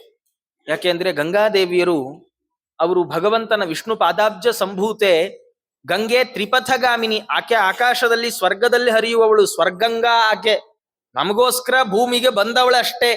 ಅವಳಲ್ಲಿ ಒಮ್ಮೆ ಸ್ನಾನ ಮಾಡಿದ್ರೆ, ತೀರ್ಥ ಪ್ರಬಂಧದಲ್ಲಿ ಇದೇ ವಾದಿರಾಜ ಸ್ವಾಮಿಗಳವರು ವರ್ಣನೆ ಮಾಡುವಾಗ ಅಂತಾರೆ, ಧ್ಯಾನೇನಾಪಿ ಅವಗಾಹನೇನ ಮನಸ ಗಾನೇನಾಪ್ಯವಗಾಹನೇನ ಮನಸಾ ಧ್ಯಾನೇನ ಗಾನೇನವ. ಗಂಗೆ ಅಂತ ಒಮ್ಮೆ ಜೋರಾಗಿ ಬಾಯಿ ತುಂಬಾ ಹೇಳ್ಬಿಟ್ರೆ ಸಾಕು, ಪಾಪ ಕಳಿ. ಅಲ್ಲ, ಬಾಯಲ್ಲಿ ಹೇಳಕ್ ಆಗ್ತಾ ಇಲ್ಲ, ಎಲ್ಲೋ ತುಂಬಾ ಜನರ ಮಧ್ಯೆ ಕೂತಿದ್ದೀನಿ ಅನ್ನೋದಾದ್ರೆ ಗಂಗೆಯನ್ನ ಸುಮ್ಮನೆ ಮನಸ್ಸಿನಲ್ಲಿ ಸ್ಮರಣೆ ಮಾಡಿದ್ರೆ ಸಾಕು. ಗಂಗೆ ಗಂಗೆ ಗಂಗೆ ಅಂತ ಸ್ಮರಣೆ ಮಾಡಿದ್ರೆ ಸಾಕು. ಎಷ್ಟು ಆಶ್ಚರ್ಯ ಅಂದ್ರೆ, ದಿನಾ ನಾವು ಸ್ನಾನಕ್ಕೆ ಹೋದಾಗ ಅದೇ ಪ್ಲಾಸ್ಟಿಕ್ ಬಕೆಟು, ಮುಂಚೆ ಆದ್ರೂ ಅದಕ್ಕೆ ಗಂಗಾಳ ಅಂತ ಕರೀತಾ ಇದ್ರು, ನೆನಪಾಗತ್ತೆ ಅಂತ. ಇವತ್ತು ಗಂಗಾಳ ಅಂದ್ರೆ ಮಕ್ಕಳಿಗೆ ಯಾವುದೋ ಅನ್ಯಗ್ರಹದ ಶಬ್ದ ಕೇಳದಂಗಾಗತ್ತೆ. ಅವಕ್ಕೇನ್ ಅನ್ಬೇಕು? ಬಕೆಟ್ ಅನ್ಬೇಕು. ಒಳ್ಳೆ ಆಂಗ್ಲ ಭಾಷೆಯ ಶಬ್ದ, ಇಂಗ್ಲಿಷು ಬಕೆಟ್ ಅನ್ಬೇಕು. ಆ ಬಕೆಟ್ ಅದೇ ಪ್ಲಾಸ್ಟಿಕ್ ಬಕೆಟು, ಅದರಲ್ಲಿ ನಮ್ಮ ಮನೇಲಿ ಗೀಸರಲ್ಲೋ ಯಾವ್ದ್ರಲ್ಲೋ ಕಾದಿರೋ ಬಿಸಿ ಬಿಸಿ ನೀರು ಬಿಟ್ಕೋತೀವಿ. ಬಿಟ್ಕೊಂಡು ಅದರಲ್ಲಿ ಅದನ್ನ ಆ ನೀರನ್ನ ಮುಟ್ಕೊಂಡು ಗಂಗಾ ಗಂಗಾ ಗಂಗಾ ಅಂದ್ಬಿಟ್ರೆ ಗಂಗೆ ಸನ್ನಿಧಾನ ಬಂದ್ಬಿಡುತ್ತೆ. ಗಂಗೆ ನಮ್ಮನೆ ಅಟ್ಟದಲ್ಲಿ ಕಾಯ್ತಾ ಇರ್ತಾಳೆ ಅನ್ಸತ್ತೆ. ಯಾವಾಗ ಇವ್ ನನ್ನ ಹೆಸರು ಹೇಳ್ತಾನೆ ಯಾವಾಗ ಬಂದು ಕೂತ್ಕೊಳ್ಳಿ. ಗಂಗಾ ಗಂಗೇತಿ ಯೋ ಬ್ರೂಯಾತ್ ಯೋಜನಾನಾಂ ಶತೈರಪಿ ಮುಚ್ಯತೆ ಸರ್ವ ಪಾಪೇಭ್ಯ ವಿಷ್ಣು ಲೋಕಂ ಸಗಚ್ಚತಿ. ನಾವು ಗಂಗೆಯನ್ನೇ ಹುಡುಕೊಂಡು ಹೋಗಿ ಸ್ನಾನ ಮಾಡ್ಬೇಕಿಲ್ಲ. ನಮ್ಮನೆ ಬಕೆಟ್ ನೀರಲ್ಲೇ ಗಂಗೆಯನ್ನು ಕರೆದು ಸ್ನಾನ ಮಾಡ್ಬೋದ್ರಿ. ಸಾಧಕರಿಗೆ ದೇವತೆಗಳು ಎಷ್ಟು ಅನುಕೂಲ ಮಾಡಿಕೊಡ್ತಾರೆ ಅನ್ಲಿಕ್ಕೆ ಇದೆಲ್ಲ ನಿದರ್ಶನ ಅಷ್ಟೇ. ಎಲ್ಲಿ ಗಂಗೆ, ಎಲ್ಲಿ ನಾವು, ಆದ್ರೆ ನಾವು ನೆನಪಿಸಿಕೊಂಡ್ರೆ ಗಂಗೆ ಬಂದ್ಬಿಡ್ತಾರೆ. ಆಕೆ ಎಂಥವಳು ಅಂದ್ರೆ ಅವರನ್ನು ಸ್ತೋತ್ರ ಮಾಡ್ತಾ, ನಾಗಾರಿವಾಹನಾಂಘ್ರಬ್ಜ ಯೋಗಾತ್ರೈಲೋಕ್ಯ ಪಾವನಿ ಭಾಗೀರಥಿ ನಮಸ್ತುಭ್ಯಂ ರೋಗಂ ಮೇ ಹರದೇಹಗಂ. ಭಗವಂತನ ಪಾದದ ಸಂಪರ್ಕದಿಂದ ಮೂರ್ಲೋಕವನ್ನ ಪವಿತ್ರೀಕರಿಸಿದವಳು ಗಂಗೆ. ಗಂಗೆಯಲ್ಲಿ ಮಿಂದರೆ ಪವಿತ್ರ ಆಗದೇ ಇರುವವರು ಇಲ್ವೇ ಇಲ್ಲ. ಆದ್ರೆ ದಾಸರಂತಾರೆ ವಿಜಯರಾಯರ ಕವಚದಲ್ಲಿ, ಗಂಗೆ ಮಿಂದರೆ ಮಲವು ಹಿಂಗಿತಲ್ಲದೆ ರಂಗನೊಲಿಯನೋ ಭಕ್ತರ ಸಂಗ ದೊರಕದೆ. ಗಂಗೆಯಲ್ಲಿ ಸ್ನಾನ ಮಾಡೋದು ಯಾಕೆ ಅಂದ್ರೆ ಚಿತ್ತ ಶುದ್ಧಿ ಆಗ್ಲಿಕ್ಕಷ್ಟೇ. ಮೋಕ್ಷಕ್ಕೆ ಹೋಗ್ಬೇಕೋ ಹಾಗಾದ್ರೆ ಸಜ್ಜನರ ಸಹವಾಸನೂ ಬೇಕು. ಜ್ಞಾನ ಗಂಗೆಯಲ್ಲೂ ಸ್ನಾನ ಮಾಡ್ಬೇಕು. ಮೊದಲ ಹಂತ ಗಂಗಾ ಸ್ನಾನ. ಅವ್ರ ಅದಕ್ಕೆ ರಾಜರು ಕೇಳುವಾಗ ಅಂತಾರೆ, ರೋಗಂ ಮೇ ಹರ ದೇಹಗಂ, ನನ್ನ ದೇಹದಲ್ಲಿರುವ ಎಲ್ಲ ರೋಗಗಳನ್ನ ಪರಿಹಾರ ಮಾಡಮ್ಮ ಅಂತ ಕೇಳ್ತಾರೆ. ಆಗತ್ತಾಚಾರ್ಯ? ಖಂಡಿತ ಆಗತ್ತೆ. ನಮ್ಗೆ ನಂಬಿಕೆ ಬೇಕಷ್ಟೇ. ಈಗ ಏನಂದ್ರೆ ಮನೆಯಲ್ಲಿ ಹಿರಿಯರು ಜ್ವರ ಬಂದ್ರೆ ಆ ಕಷಾಯ ಕುಡಿ, ಈ ಔಷಧ ತಗೋ, ಈ ಮಾತ್ರೆ, ಈ ಗಿಡಮೂಲಿಕೆ ತಗೋ ಅಂತೆಲ್ಲ ಹೇಳೋರು ಹಿಂದಿನ ಕಾಲದಲ್ಲಿ. ಇವತ್ತಿಗೆ ನಾವು ಅದನ್ನ ಯಾವ್ದನ್ನೂ ಕೇಳೋಲ್ಲ. ಅದೇ ಅಂಶಗಳನ್ನು ಸೇರಿಸಿ ಮಾತ್ರೆ ಮಾಡಿ ಅದಕ್ಕೊಂದು ರ್ಯಾಪರ್ ಹಾಕಿ ಅದಕ್ಕೊಂದು 200 ರೂಪಾಯಿ ಅಂತ ಇಟ್ಟು ಯಾರ ಹತ್ರನೋ ಹೇಳಿಸಿದ್ರೆ, ಓದ್ಕೊಂಡ್ ಬಂದವರು ಅನ್ನಿಸ್ಕೊಂಡವ್ರ ಹತ್ರ ನೀವು ಈ ಮಾತ್ರೆ ತಗೊಳ್ಳಿ ಅಂತ ಹೇಳಿದ್ರು, ಏನ್ ರಪಕ್ ಅಂತ ತಗೊಳ್ತೀವಿ. ರಪ್ಪಂತ ವಾಸಿ ಆಗ್ಬಿಡುತ್ತೆ ಜ್ವರ. ಯಾಕೆ ವಾಸಿ ಆಯ್ತು? ನಮ್ಗೆ ಆ ಮಾತ್ರೆ ಮೇಲಿದ್ ನಂಬಿಕೆ ಅಲ್ಲ, ಮಾತ್ರೆ ಕೊಟ್ಟವ್ರ ಮೇಲಿದ್ ನಂಬಿಕೆ. ಅದೇ ಮಾತ್ರೆ ನಮ್ಮನೇಲಿದ್ರು ನಾವು ತಗೊಳ್ಳಲ್ಲ. ಅಯ್ಯೋ ಒಂದ್ಸತಿ ಡಾಕ್ಟರ್ನ ಕೇಳಿ ತಗೊಂಡ್ಬಿಡೋಣ ಯಾವ್ದಕ್ಕೂ ಅಂತೀವಿ. ಹಾಗಾದ್ರೆ ಈ ಔಷಧ ನನಗೆ ವ್ಯಾಧಿ ಪರಿಹಾರವನ್ನ ಮಾಡತ್ತೆ ಅಂತ ನಿಶ್ಚಯ ಇದ್ರೆ ಖಂಡಿತವಾಗಿ ಮಾಡತ್ತೆ. ಗಂಗಾದೇವಿಯ ಸಾಮರ್ಥ್ಯ ಅಂಥದ್ದು.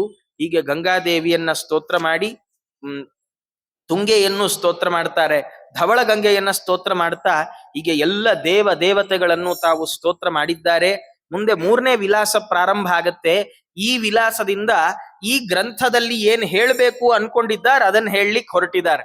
ಮಂಗಳಾಚರಣೆ ದೊಡ್ಡದು. ಕೆಲವು ಸತಿ ಹೀಗಾಗತ್ತೆ, ಉಪನ್ಯಾಸಕ್ಕೆ ಬಂದಾಗ ಒಂದು 5-6 ನಿಮಿಷ ಮಂಗಳಾಚರಣೆನೇ ಮಾಡ್ತಾರೆ. ಅಂದ್ರೆ ಅವ್ರಿಗೆ ಅಷ್ಟು ಶ್ರದ್ಧೆ ಅಂತ ಅಷ್ಟೇ ಅಭಿಪ್ರಾಯ. ಈ ಆಚಾರ ಬರೀ ಶ್ಲೋಕನೇ ಹೇಳಿದ್ದೋಗ್ಬಿಟ್ರು ಅನ್ಬಾರ್ದು. ರಾಜರು ತಾವು ಗ್ರಂಥವನ್ನ ರಚನೆ ಮಾಡುವ ಮುಂಚೆ ಎಲ್ಲ ದೇವತೆಗಳನ್ನು ಪುನಃ ನಮಸ್ಕಾರ ಮಾಡಿ ಅವರು ಪ್ರಾರ್ಥನೆ ಮಾಡ್ತಾರೆ. ಭಕ್ತಿರ್ಹರೌ ಪ್ರಸಕ್ತಿಶ್ಚ ಸತ್ಸ್ವಸ್ತು ಸ್ಫೂರ್ತಿರೇವಚ ವಿರಕ್ತಿಶ್ಚ ವಿಮುಕ್ತಿಶ್ಚ ಮೇಸ್ತು ಯುಷ್ಮದನುಗ್ರಹಾತ್. ಅವರು ಪ್ರಾರ್ಥನೆ ಮಾಡ್ತಾರೆ, ನೀವೆಲ್ಲ ದೇವತೆಗಳು ನಂಗೆ ಭಕ್ತಿಯನ್ನ ಕೊಡಿ ಭಗವಂತನಲ್ಲಿ, ಜೊತೆಗೆ ಸಜ್ಜನರಲ್ಲಿ ಉತ್ತಮವಾದ ಸಹವಾಸವನ್ನ ಕೊಡಿ, ಜೊತೆಗೆ ಜ್ಞಾನ ಸ್ಫೂರ್ತಿಯನ್ನ ಕೊಡಿ. ಹೊಳಿಬೇಕು, ಏನ್ ಹೇಳಲಿಕ್ಕೆ ಹೊರಟಿದೀವೋ ಆ ವಿಷಯ ಹೊಳಿಬೇಕು. ಎಷ್ಟೋ ಬಾರಿ ತುಂಬಾ ತಿಳ್ಕೊಂಡಿರ್ತಾರೆ, ಅಂಥವ್ರಿಗೂ ಮೈಕ್ ಮುಂದೆ ಕೂತಾಗ ತುಂಬಾ ಪ್ರಸಿದ್ಧ ಶ್ಲೋಕ ಮರ್ತೋಗ್ಬಾರ್ದು ಅಂತೇನಿಲ್ವಲ್ಲ. ಅದಕ್ಕೆ ಭಗವಂತನಲ್ಲಿ ಕೇಳ್ಬೇಕದ್, ಸ್ವಾಮಿ ಕೂತಾಗ ಮರೀದೇ ಇರೋ ಹಾಗ ಆಚೆ ಬರಸು. ಪುಸ್ತಕ ಎದುರುಗಡೆ ಇರುತ್ತೆ, ಓದಕ್ಕೆ ಬರಲ್ಲ. ಅವ್ರೇನು ಓದದೇ ಇರೋರಲ್ಲ, ತುಂಬಾ ಓದಿರೋರು. ಹೀಗಾಗದೇ ಇರೋ ಹಾಗೆ ಅನುಗ್ರಹ ಮಾಡು ಅಂತ ರಾಜರು ಪ್ರಾರ್ಥನೆ ಮಾಡ್ತಾರೆ. ಜೊತೆಗೆ ವಿಮುಕ್ತಿಶ್ಚ, ಮುಕ್ತಿಯೂ ಆಗುವಂತಾಗಲಿ ಅಂತ ಅವರೆಲ್ಲ ನಮ್ಮ ಪರವಾಗಿ ಎಲ್ಲ ದೇವತೆಗಳನ್ನ ಪ್ರಾರ್ಥನೆ ಮಾಡ್ತಾ ಮುಂದೆ ವಿಷಯವನ್ನ ಪ್ರಾರಂಭಿಸ್ತಾರೆ. ಏನ್ ಹೇಳ್ತಾರೆ, ಏನು ವಿಷಯದ ಆರಂಭ ಹೇಗಿದೆ ಅನ್ನೋದನ್ನ ನಾಳಿನ ಉಪನ್ಯಾಸದಲ್ಲಿ ನೋಡೋಣ ಅಂತ ಹೇಳ್ತಾ, ಸರ್ವೇಂದ್ರಿಯ ಪ್ರೇರಕೇಣ ಶ್ರೀ ಪ್ರಾಣಪತಿನೇರಿತಃ ಯದವೋಚ ಮಹಂತೇನ ಪ್ರಿಯತಾಂ ಕಮಲಾಲಯ ಮಧ್ವೇಶಾರ್ಪಣಮಸ್ತು. ಶ್ರೀಕೃಷ್ಣಾರ್ಪಣಮಸ್ತು.